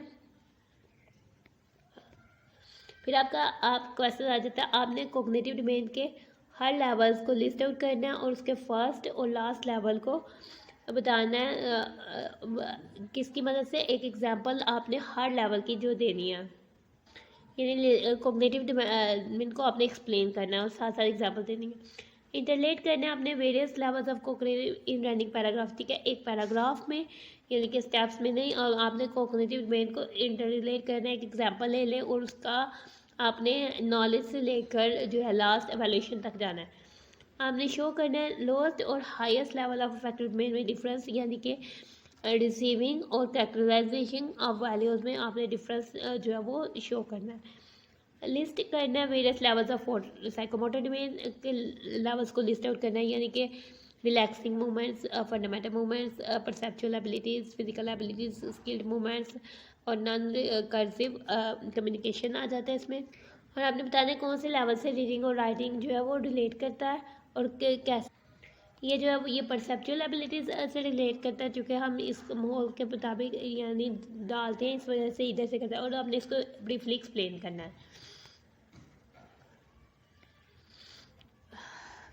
ठीक है, नेक्स्ट में हम आ जाते हैं। नेक्स्ट टॉपिक है हमारा 3 द डेवलपमेंट ऑफ ऑब्जेक्टिव्स। आपने ऑब्जेक्टिव्स को किस तरह से बनाना है। The main objectives to stating educational objective, कौन सी अप्रोचेज है जिनको हम यूज़ करके एजुकेशनल ऑब्जेक्टिव्स को बना सकते हैं, स्टेट कर सकते हैं, लिख सकते हैं किसी भी सब्जेक्ट से रिलेटेड, किसी भी टॉपिक से रिलेटेड और किसी सब्जेक्ट के सब कंटेंट से रिलेटेड। ठीक है, फर्स्ट आ जाता है टीचर सेंटर्ड अप्रोच। ऐसे अप्रोच जो हमने ऑब्जेक्टिव्स लिखने हैं जो उसको वो हमने टीचर के रिवॉल्व भी रखने के टीचर्स पे रखने हैं, ठीक है, यानी कि टीचर के रिवॉल्विंग रूम थे। फॉर एग्जांपल कुछ इसकी एग्जांपल्स है कि हमने ऑब्जेक्टिव्स के वो डिस्कस करें emergence achievement of the 3rd world war, ठीक है, वो एमरजेंस और उसको डिस्कस कर सकें ऑब्जेक्टिव, यानी कि टीचर जो है वो उसको डिस्कस कर सकें और शो ऑफ कर सके कुरानिक प्रिंसिपल्स क्या है कि क्यों जो कौमें थी उनकी कामयाब हुई और क्यों वो जो कौमें थी नाकाम हुई। तो ये भी टीचर सेंटर्ड हो जाएगा। तो एक्सपोर्ट शो करना है शाह वलीउल्लाह की माशरती थ्योरी, सोशल थ्योरी को। To discuss new teaching approaches, यानी कि डिस्कस कर लें कि न्यू टीचिंग अप्रोचेज किस तरह से किए जाने चाहिए। तो ये जो ऑब्जेक्टिव्स बनते हैं वो टीचर सेंटर्ड होते हैं, ठीक है। इसमें स्टूडेंट्स के बिहेवियर कि क्या बिहेवियर डिज़ायर्ड है, क्या बिहेवियर स्टूडेंट में डेवलप करना है, इससे कोई रिलेटेड नहीं होता। ना ये जो क्लासरूम में की हिकमत अमली होती है उससे करते हैं, ये जस्ट टीचर सेंटर होते हैं। हालांकि चेंज तो स्टूडेंट्स पे रिक्वायर्ड होता है, ना कि टीचर्स पे रिक्वायर्ड होता है। तो ये सिर्फ टीचर्स की एक्टिविटी को जस्टिफाई करते हैं कि वो सही है कि नहीं। इस तरह से जो है स्टूडेंट्स पर जो अप्रोच है वो इग्नोर कर दी जाती है, इसलिए ये अप्रोच इनडायरेक्ट है और सब्सिडियरी है, यानी कि अंडर है, टीचर के अंडर आ जाती है। तो ये सिर्फ टीचर पे फोकस करती है, तो ये अप्रोच इनडायरेक्ट हो जाती है, ठीक है। आगे से कंटेंट सेंटर्ड अप्रोच, यानी कि ये सिर्फ मटेरियल पर रिवॉल्व करती है। ये नहीं देखा जाता कि मटेरियल से क्या बिहेवियर जो ऑब्जेक्टिव वो रिक्वायर्ड होने चाहिए, ठीक है, जस्ट कंटेंट पे गौर करती है, ठीक है। कुछ इसकी एग्जांपल देख लेते हैं। Ego theory, Iqbal theory of ego, यानी इकबाल की हुदी की जो थ्योरी है वो क्या है। ये सिर्फ इकबाल की थ्योरी पे रिवॉल्व करती है, ये इस चीज़ पर गौर ही नहीं करती है कि इकबाल की जो थ्योरी ऑफ ईगो है इसको पढ़ने से बच्चे में क्या बिहेवियर अडॉप्ट करना है, ठीक है, नहीं just content. The life and activities of Imam Shamil की ज़िंदगी और उनके ज़िंदगी काम। Surah Al Hijrat, the contribution of Muslim culture in Spain, ठीक है। ये क्योंकि कंटेंट के रिवॉल्व अराउंड स्टूडेंट्स के बिहेवियर या लर्नर पे नहीं देखती है, तो ये इसको कंटेंट के सेंटर पे घूमती है। तो ये अप्रोच जो इनकम्प्लीट है, क्योंकि अगर कंटेंट के बिहेवियर पे होता है तो देन वो कंप्लीट होती है और इनएडिक्वेट है, ना मुनासिब सी अप्रोच है। आगे से हम कहते हैं द बिहेवियर सेंटर्ड अप्रोच, यानी कि ये अप्रोच सिर्फ ज़्यादा से ज़्यादा जोर पीपल के बिहेवियर में करती है, यानी कि पीपल ने किस तरह से क्रिएटिव थिंकिंग उस पर डेवलप करने पे जोर देती है और प्रॉब्लम सॉल्विंग स्किल्स डेवलप करने पे जोर देती है और उसमें स्पिरिट ऑफ इंक्वायरी यानी क्वेश्चंस करने की रूह को पर जोर देती है। लेकिन ये भी जो है ये बहुत ज़्यादा एम्पटी हो जाती है, हालीपन इसमें पाया जाता है, क्योंकि जब कंटेंट नहीं होना, हाली हमने बिहेवियर जो डेवलप करना है उसके लिए कोई रास्ता वगैरह कंटेंट नहीं होना, तो वो किस तरह से डेवलप किया जाना है, इसलिए ये अप्रोच भी इनकम्प्लीट और अनरियलिस्टिक सी हो जाती है। आगे से आ जाते हैं बिहेवियर और कंटेंट मिक्स अप्रोच। टेलर ने 1949 में कहा यूज़ किया थी, यानी स्टेटमेंट दी थी प्यूपिल बिहेवियर की, यानी स्टूडेंट के बिहेवियर की और प्लस कंटेंट की। इस अप्रोच से हमारे पास कंटेंट भी आ जाएगा, उस कंटेंट के ज़रिए हम जो स्टूडेंट्स में क्रिएटिव थिंकिंग यहाँ का प्रॉब्लम सॉल्विंग एबिलिटीज़ को डेवलप कर सकते हैं। तो ये अप्रोच कंप्लीट हो जाएगी। फॉर एग्जाम्पल कंटेंट किस तरह का हो सकता है, साइंस, हिस्ट्री या लैंग्वेज का हो सकता है, ठीक है। आगे से आ जाता है राइटिंग बिहेवियरल ऑब्जेक्टिव्स, ठीक है। बिहेवियरल ऑब्जेक्टिव्स को लिखना एक टेक्निकल और एक मुश्किल काम है, ठीक है। इसमें बहुत ज़्यादा एलिमेंट, बहुत ज़्यादा पहलुओं से हमने ऑब्जेक्टिव्स के एलिमेंट्स को देखना होता है, उसकी टेक्टोनॉमिक्स कौन सी उससे रिलेट कर रही हैं उसको देखना होता है, हमने प्रॉपर लैंग्वेज क्या यूज़ करनी, किसको किस तरह से अरेंज करना है, ठीक है। हर चीज़ जो है वो अंडरस्टैंडिंग और एक्सपीरियंस रिक्वायर करती है।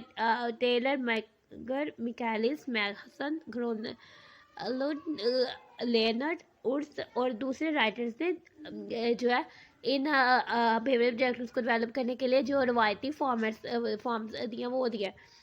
ये ज़रूरी नहीं कि आप सारे डिफरेंट फॉर्मेट्स जो है वो इधर डिस्कस किए जाए, और ना ही वो रिक्वायर्ड हैं, तो इसलिए कुछ इनमें से व्यू पॉइंट्स दिए गए हैं, ठीक है। कुछ ऑथर्स ने डिफरेंट ऑथर ने डिफरेंट एलिमेंट्स बिहेवियर ऑब्जेक्टिव्स के डिस्क्राइब किया, जैसे कि टेलर ने 2 एलिमेंट्स बताए हैं, ठीक है। मेगर ने 3, लेनर्ड और उसने 4, किबलर ने 5 और मिकालिस, ग्रोसमैन, स्कॉट ने 6 एलिमेंट्स दिए हुए हैं, ठीक है। जो टेलर्स के 2 एलिमेंट्स पहले हम उसको देख लेते हैं। टेलर्स ने जो एलिमेंट्स 2 फोकस किया कि बिहेवियर पर भी और कंटेंट पर भी, ठीक है। देन वो आउटकम, फॉर एग्जांपल कि उसने कहा है कि to illustrate the law of supply and demand, यानी कि अगर आपने टू इलस्ट्रेट देखना है law of supply and demand, ठीक है, ये आपका कंटेंट हो जाता है। इलस्ट्रेट जो होता है बिहेवियर हो जाता है, ठीक है। जो develop critical thinking mathematics develop करना जो हो जाता है ये आपका बिहेवियर हो जाता है, और मैथमेटिक्स जो है वो कंटेंट हो जाता है, ठीक है। किसी कंटेंट में कुछ काम करना है, तो ये टेलर्स के ने 2 एलिमेंट्स जो है वो ऑब्जेक्टिव को डेवलपमेंट के लिए दिए। आगे से रॉबर्ट मेगर में आ जाता है, उसने 3 एलिमेंट्स स्पेसिफाई किए हैं, ठीक है। उसके एलिमेंट्स को देखने सब फर्स्ट आ जाते कि हमने वो बिहेवियर को डिस्क्राइब करना है जो हम स्टूडेंट्स में डेवलप करना चाहते हैं, ठीक है। जो स्पेसिफिक उस स्टूडेंट में डेवलप करना चाहते हैं। फिर हमने देखना है कि क्या इंपॉर्टेंट कंडीशन है, क्या मटेरियल्स, प्रोसीजर्स, ये क्या एक्टिविटीज़ हम करवाएंगे वो बिहेवियर स्टूडेंट में डेवलप करने के लिए।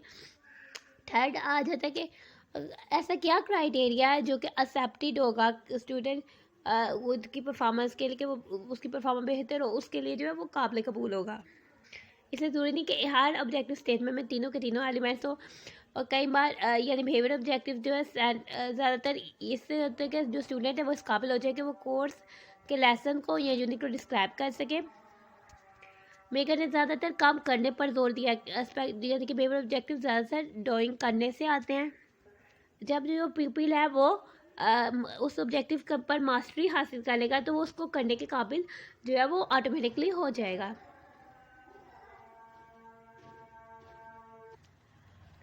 ठीक है, आगे से हम एक एग्जांपल देखते हैं कि द स्टूडेंट विल लिस्ट करना, यानी कि मैकर के जो 3 एलिमेंट्स होंगे वो बिहेवियर, क्राइटेरिया और कंडीशन हो जाएंगे, ठीक है।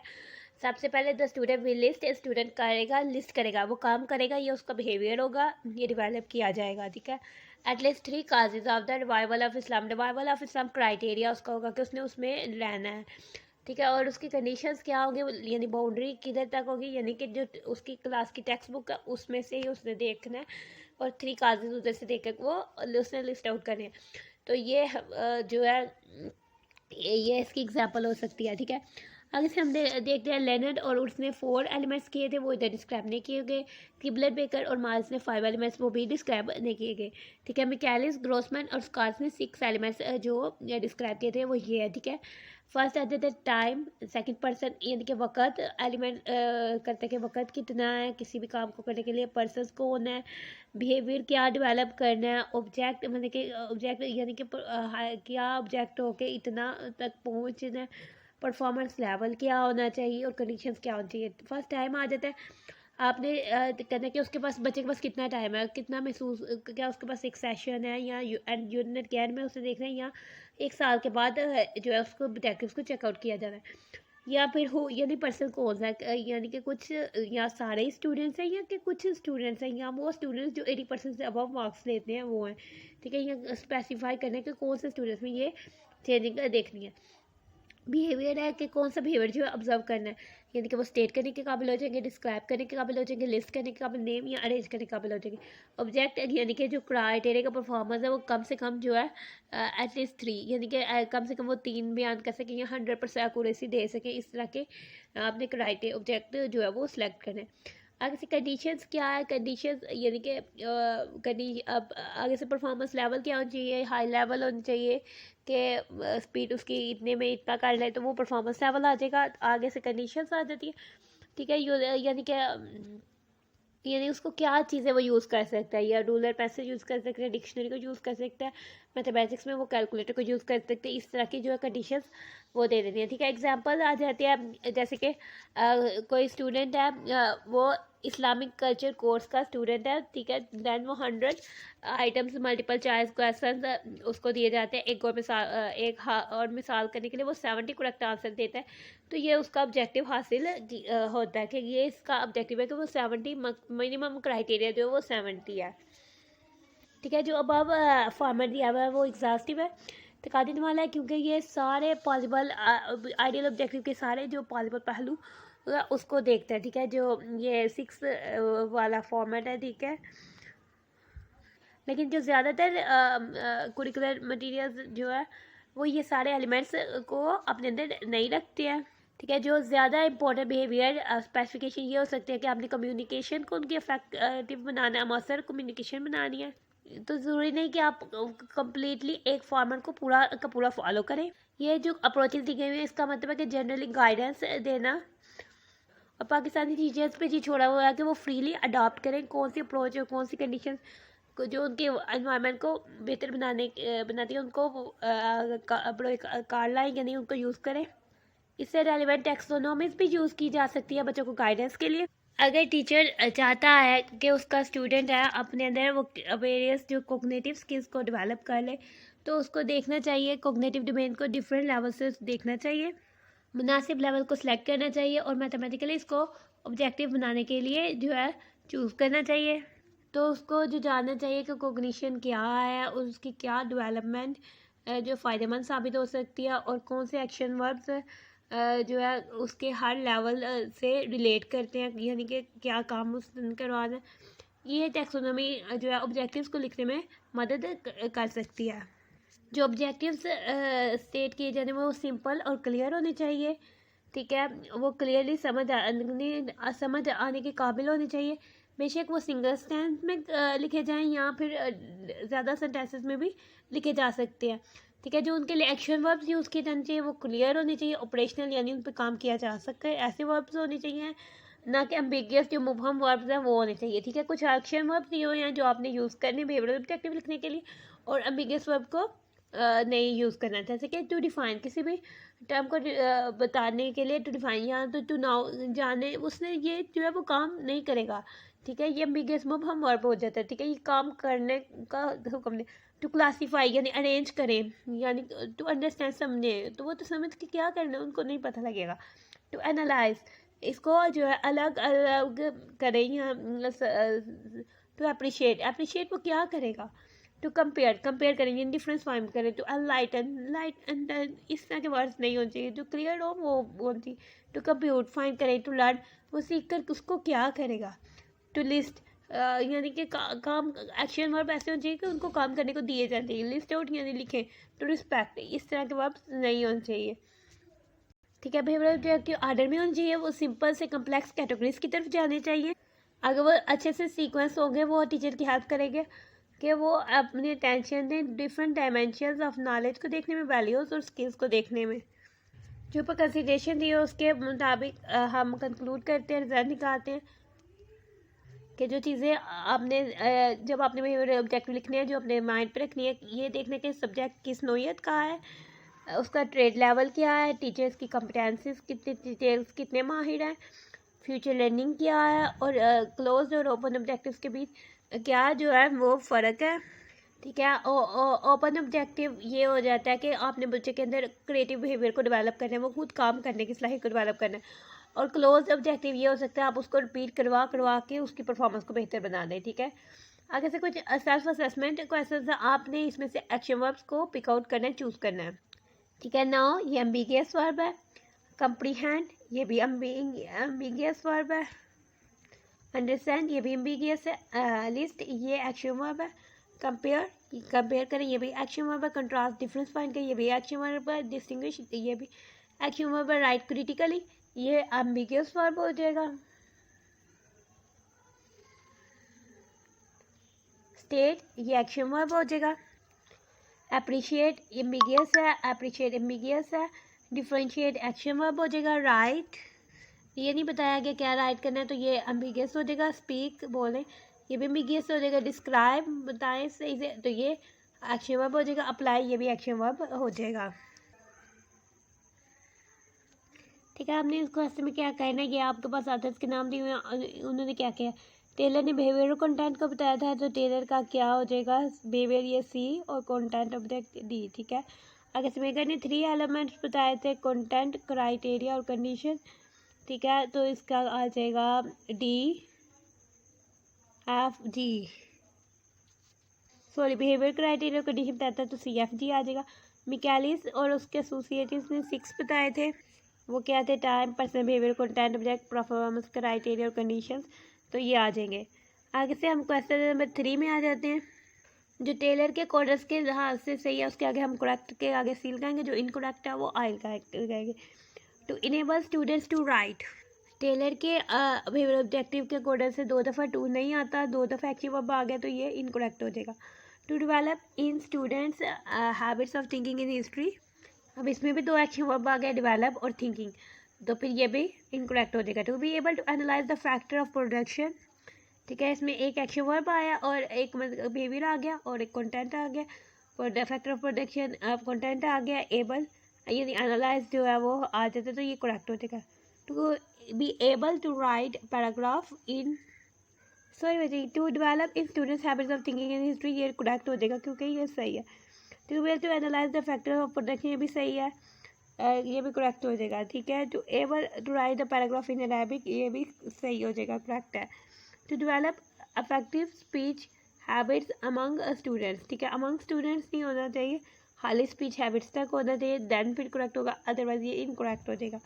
टू एबल टू अप्रिशिएट, ठीक है, तो this poem with great player, with great player नहीं होना चाहिए, इस वजह से ये इनकरेक्ट हो जाएगा। To be able to identify letter alphabet, ये करेक्ट है। To prepare a summary of the proceeding of the students courses, ये भी करेक्ट है। To be able to distinguish between an assumption and hypothesis, ये भी correct है। To write a creative letter in Urdu in the style of Ghalib without making any test mistakes, तो ये भी correct हो जाएगा, ये भी टेलर्स के अकॉर्डिंग हो जाएगा। आगे से कुछ क्वेश्चंस हैं। List aspects involve in writing behavioural objectives, briefly describe any two of them, आपने एस्पेक्ट्स बताने हैं कि कौन से अवामिल हैं जो बिहेवियरल ऑब्जेक्टिव्स में लिखने में आते हैं, आपने उनमें से कोई 2 बता दें। ठीक है, कंटेंट सेंटर, टीचर्स, आप कुछ भी बता सकते हैं। Why non action verbs discourage in writing behavioural objectives, क्यों जो है एम्बिगियस वर्ब या नॉन एक्शन वर्ब्स है वो बिहेवियर ऑब्जेक्टिव्स में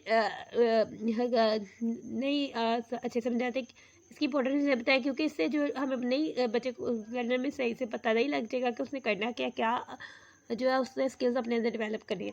how are disciplines a source of driving curriculum goals and objectives, explain with the help of 2 examples, यानी कि curriculum goals और करिकुलम ऑब्जेक्टिव्स को ड्राइव करने के लिए आपने 2 एग्जाम्पल देंगे, किस तरह से आप करेंगे।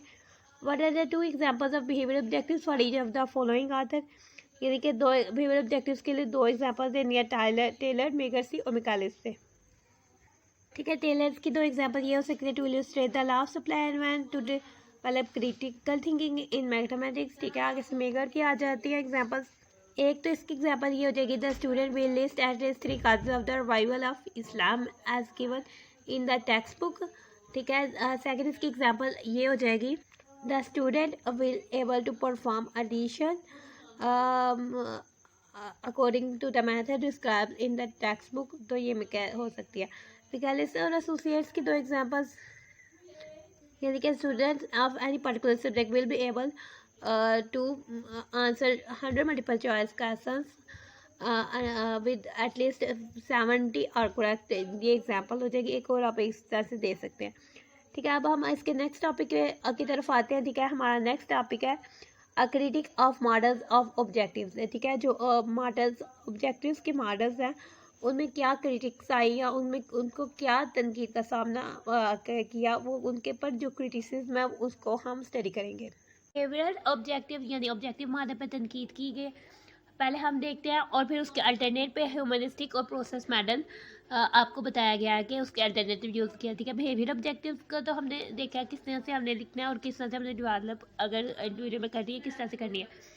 ठीक है, बिहेवियरल ऑब्जेक्टिव मॉडल पर क्रिटिसिज्म क्यों की गई। ठीक है, ये बहुत ज़्यादा पॉपुलर मॉडल रहा है 1960s के मिड पे, लेकिन इस पर कुछ क्रिटिसिज्म हुई है। ठीक है, क्योंकि ये ह्यूमनिस्ट नहीं है और ना ही कुछ ह्यूमनिस्ट पर्सन्स और प्रोसेस ओरिएंटेड पर्सन्स ने इसको क्रिटिसाइज़ किया है ऑब्जेक्टिव मॉडल को, क्योंकि इससे जो है हम ह्यूमन बींग को मशीन समझते हैं और उन्हें ऐसे काम करवाते हैं। इसमें भी ह्यूमन्स के जो जज्बात एहसास उसको ख़त्म कर दिया जाता है बिहेवियर ऑब्जेक्टिव मॉडल में। कुछ नॉन बिहेवियर ऑब्जेक्टिव्स ऐसे होते हैं कि जिससे पॉजिटिव चेंजेस आते हैं। लेट हम देखते हैं कि सब क्रिटिसिज्म जो कि ऑब्जेक्टिव मॉडल में की गई हैं उनको हम देखते हैं।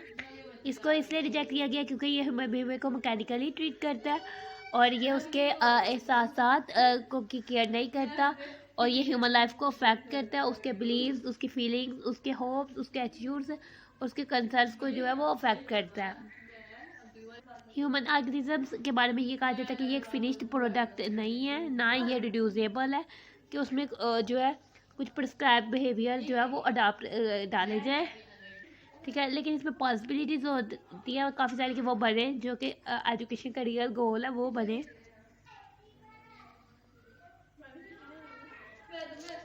ठीक है, जैसे कि अब एक मिस्टेक्स आते हैं नॉलेज के बारे में। नॉलेज को हम देखते हैं फ्रैगमेंट्स में यानी पार्ट्स में, बल्कि नॉलेज तो उन फ्रैगमेंट्स को ज्वाइन करके एक सिंथेसाइज करके आता है। जो बिहेवियर है वो डील करता है हायर ऑर्डर टास्क जैसे कि holistic thinking, appreciation of arts and literature हम कह सकते हैं। ठीक है, जो रिलेशनशिप होता है नॉलेज के बीच और बिहेवियर में वो इनडायरेक्ट कम्प्लेक्स होता है। ठीक है, नॉलेज जो हमारे पास आता है वो बहुत सारे बिहेवियर्स के एक्सप्रेशन से जो है वो नॉलेज हमारे पास आता है।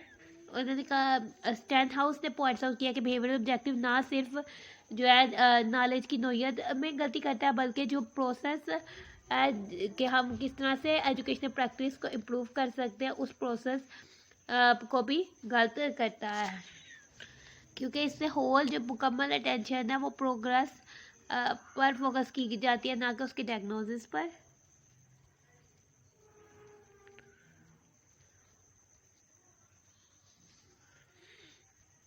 इसके जो ऑब्जेक्टिव्स होते हैं वो क्लैरिफिकेशन उसमें प्रोवाइड की जाती है, एंड्स के और पर्पसेस बताए गए जाते हैं और कुछ थोड़ी बहुत गाइडेंस टीचर को भी और टीचिंग प्रैक्टिस को बेहतर बनाने के लिए दी जाती हैं। बिहेवियर अप्रोच जो है ट्रेनिंग और एजुकेशन को डिफ्रेंशिएट नहीं करता, वो ट्रेनिंग के मानों में भी आ जाता है। ट्रेनिंग में ऐसे महसूस बिहेवियर रिक्वायर्ड होते हैं जो कि एक पैटर्न पे चलते हैं, जबकि एजुकेशन में हमें जनरलाइज बिहेवियर जो कि हायर ऑर्डर में है वो रिक्वायर्ड होते हैं। ठीक है, बिहेवियर ऑब्जेक्टिव से फिर हम स्पेसिफिक बिहेवियर ही लेते हैं। जो बिहेवियर ऑब्जेक्टिव्स हैं वो इरेलीवेंट हो जाते हैं एजुकेशन से, क्योंकि एजुकेशन जो है चाइल्ड की टोटल पर्सनैलिटी से डील करती है, उसके एम्स, उसकी मंजिल, उसके मकासद और कौन सी वो ट्रेनिंग लेता है और वो कौन सी इंस्ट्रक्शन लेता है उससे रिलेट करती है। ठीक है, और बहुत सारे क्रिटिक्स ने इसको क्रिटिसाइज़ किया है बिहेवियर ऑब्जेक्टिव मॉडल को। और इसके एडिशन में हम ये कह सकते हैं कि नॉलेज जैसे कि फाइन आर्ट्स और ह्यूमैनिटीज़ का नॉलेज है उसमें बिहेवियरिस्टिक्स अप्रोच नहीं हासिल की जा सकती और इन सब्जेक्ट्स में पीपल के बिहेवियर को भी मेजर नहीं किया जा सकता। और ये भी कहा जाता है कि बिहेवियर स्टेटमेंट्स को डेवलप करना टीचर्स के लिए जो है बहुत ज़्यादा टाइम लेने वाला बिजनेस हो जाता है। और ज़्यादा और इसमें ये भी होता है कि टीचर्स जो है वो डरे हुए होते हैं कि क्योंकि उनकी अकाउंटेबिलिटी एहतसाब से डर जाते हैं।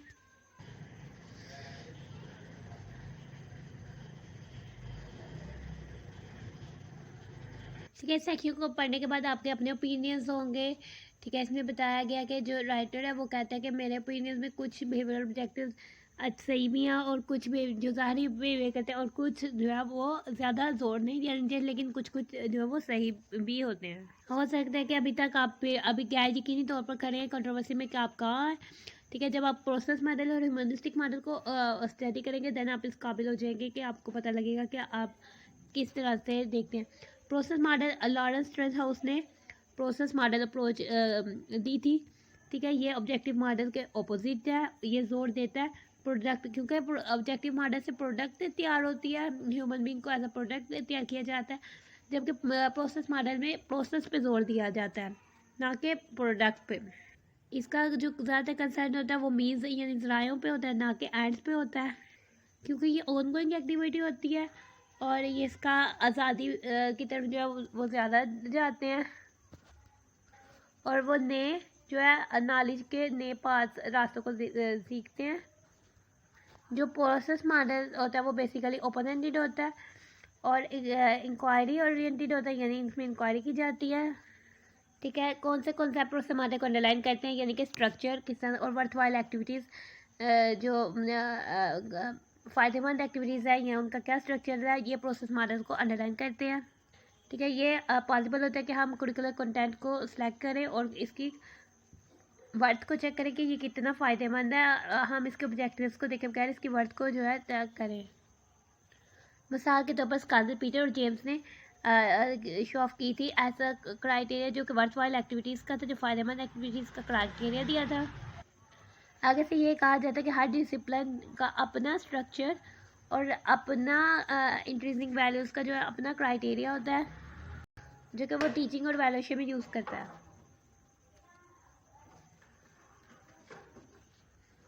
ठीक है, इस तरह के नॉलेज में ये सुगेस्ट किया जाता है कि कंटेंट को किस तरह से ट्रीट किया जाता है, किस तरह से हैंडल किया जाता है और कंटेंट को किस तरह से पोस्ट किया जाता है और इसमें अपना मेथड ऑफ इंक्वायरी वो होता है।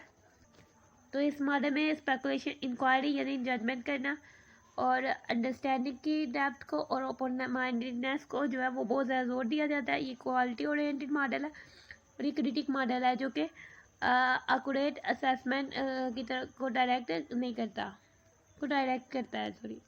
जो प्रोसेस मॉडल है उसको जो है स्ट्रेसहाउस के मुताबिक जो ये हाईली एग्जैक्टिंग होता है और इसे सिर्फ स्कॉलरली यानी अच्छे से इल्मदान टीचर्स जो है इसको प्रॉपरली हैंडल कर सकते हैं। ये गिफ्टेड स्टूडेंट्स और एवरेज स्टूडेंट्स के लिए सूटेबल होता है।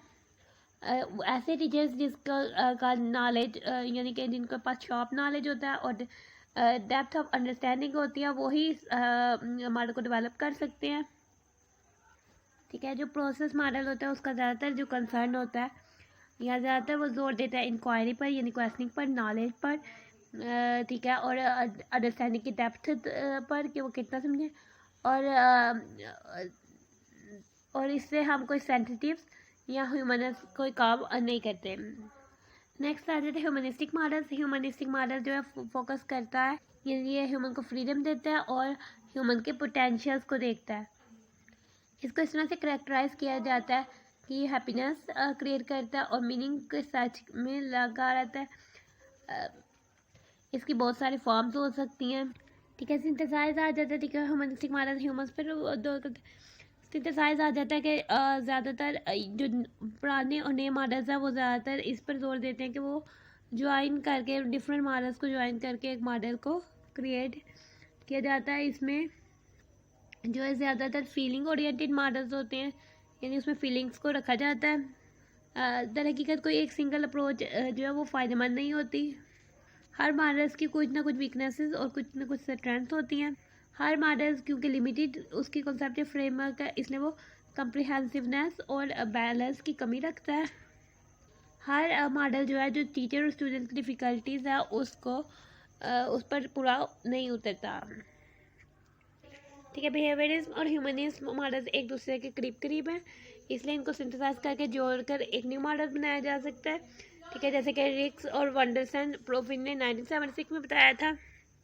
आगे से मैं बताया जाता है कि जो दुनिया है वो यूनाइटी की तरफ मुत्हिद होने की तरफ आ जाती है और वो आपस में इंटीग्रेट होते हैं हर लेवल पे यानी पर्सनली भी, नेशनल और इंटरनेशनल लेवल पे। ठीक है। इसमें फिजिकल फिनोमिना कोई चीज़ नहीं रखता।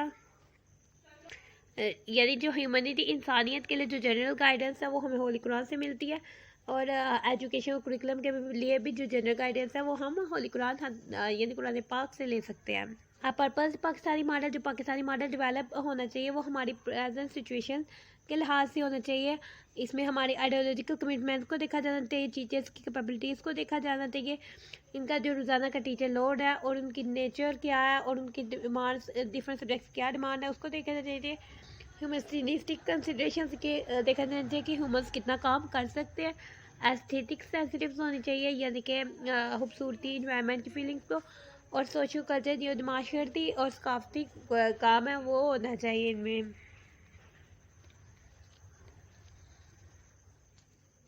चूँकि होली कुरान जो है वो ज़ोर देता है मकसद पर, क्लैरिटी पर और अबासर कम्युनिकेशन बातचीत पर, तो हमारा एम जो है इस हिसाब से क्लियर कट होना चाहिए। पाकिस्तानी मॉडल ऐसा होना चाहिए कि जिसमें ये सारे यानी कि ऑब्जेक्टिव मॉडल, प्रोसेस मॉडल और ह्यूमनिस्टिक मॉडल्स को ज्वाइन करके, उनको इंटीग्रेट करके, उसको सिंथेसाइज करके एक ऐसा मॉडल जो कि इस्लाम के भी मुताबिक हो और पाकिस्तानी कौम के लिए भी अच्छा साबित होना चाहिए। ऐसा मॉडल जो है वो डेवलप होना चाहिए। आगे से हम देखते हैं कि कल्चरल एलिमेंट्स यानी कि कल्चर सकाफती होनी चाहिए, कम्प्रिहेंसिवनेस, बैलेंस और डायनामिज्म। ये 4 कार्डिनल प्रिंसिपल्स हैं जो कि पाकिस्तानी मॉडल्स में होने चाहिए। नाउ अब आपके पास एक्टिविटी आ जाती है, ठीक है। एक्टिविटी आपके पास है, आपने मेक अ फार्मर, आपने फार्मर से मिलना है, बिजनेसमैन से मिलना है, लेबर से मिलना है, पॉलिटिशियन से मिलना है, स्टूडेंट से मिलना है और शॉपकीपर से मिलना है। और आपने उनके 2 जो है इम्पोर्टेंट एम्स है जो कि वो प्रेयर रखते हैं वो लिखने हैं। देन आपने स्टडी करनी है उनकी कंपैरेटिव पोजीशंस के लिहाज से, वो जिस पोजीशन में और उनके क्या एम है और वो क्या रिफ्लेक्ट करते हैं पाकिस्तानी एजुकेशन में, ये आपने बताना है, ठीक है। आपने अपना एम पाकिस्तानी एजुकेशन में लिस्ट आउट करना है और उसको अपने क्लास फेलोज के साथ डिस्कस करना है, और किस हद तक आपको इधर से एग्रीमेंट या डिसएग्रीमेंट मिलती है और किस तरह से आप इस किसी डिसएग्रीमेंट को रिजॉल्व कर सकते हैं, ये आपने बताना है, ठीक है। आगे से आपके पास आ जाते हैं self assessment question. List any 6 points of objective model, आपने ऑब्जेक्टिव मॉडल्स के जो है 6 क्रिटिसिज्म के पॉइंट बताने हैं और एनालाइज करना क्रिटिकली कि क्यों उसको क्रिटिसाइज किया गया। Explain how does process model process model objective model से किस तरह से डिफरेंस है। ऑब्जेक्टिव मॉडल प्रोडक्ट पे जोर देता है, प्रोसेस मॉडल बल्कि उसकी प्रोसेस पे जोर देता है। Explain in what ways the humanistic model is different. Humanistic model किस तरह से प्रोसेस मॉडल से डिफरेंट है, क्योंकि ये ह्यूमंस के बिहेवियर और फीलिंग्स पर जोर देता है। Critically evaluate the purpose Pakistani model of the curriculum, Pakistan का पर्पस मॉडल क्या है और उसमें क्या होनी चाहिए, ठीक है। आपने आउटलाइन करनी है आवर मॉडल ऑफ कुरिकुलम, आपने हिसाब से किस तरह से होना चाहिए। Study critically the first chapter of the report of the commission on national education 1959 का फर्स्ट चैप्टर आप पढ़े, उसे तनकीदी तौर पर पढ़े। आपने उसकी फ्रेजेस या स्टेटमेंट्स को देखना है, उसमें से गेम, गोल्स और ऑब्जेक्टिव्स निकालने के टेक्निकल व्यू पॉइंट से देख कर निकालने। आपने अकली तौर पर आउटलाइन करना है कोई से 2 गोल्स या एम्स को, ठीक है। आपने अपना कमेंट देना है games, goals of objectives of education पर कि वो कितने मुनासिब हों। आपने एम्स की स्टेटमेंट को स्टडी करना है न्यू एजुकेशनली और एनालाइज करना है इनको टेक्निकल व्यू पॉइंट से, और देखनी है कि ये कितने स्ट्रेंथ्स हैं और क्या वीकनेसेस हैं इनकी।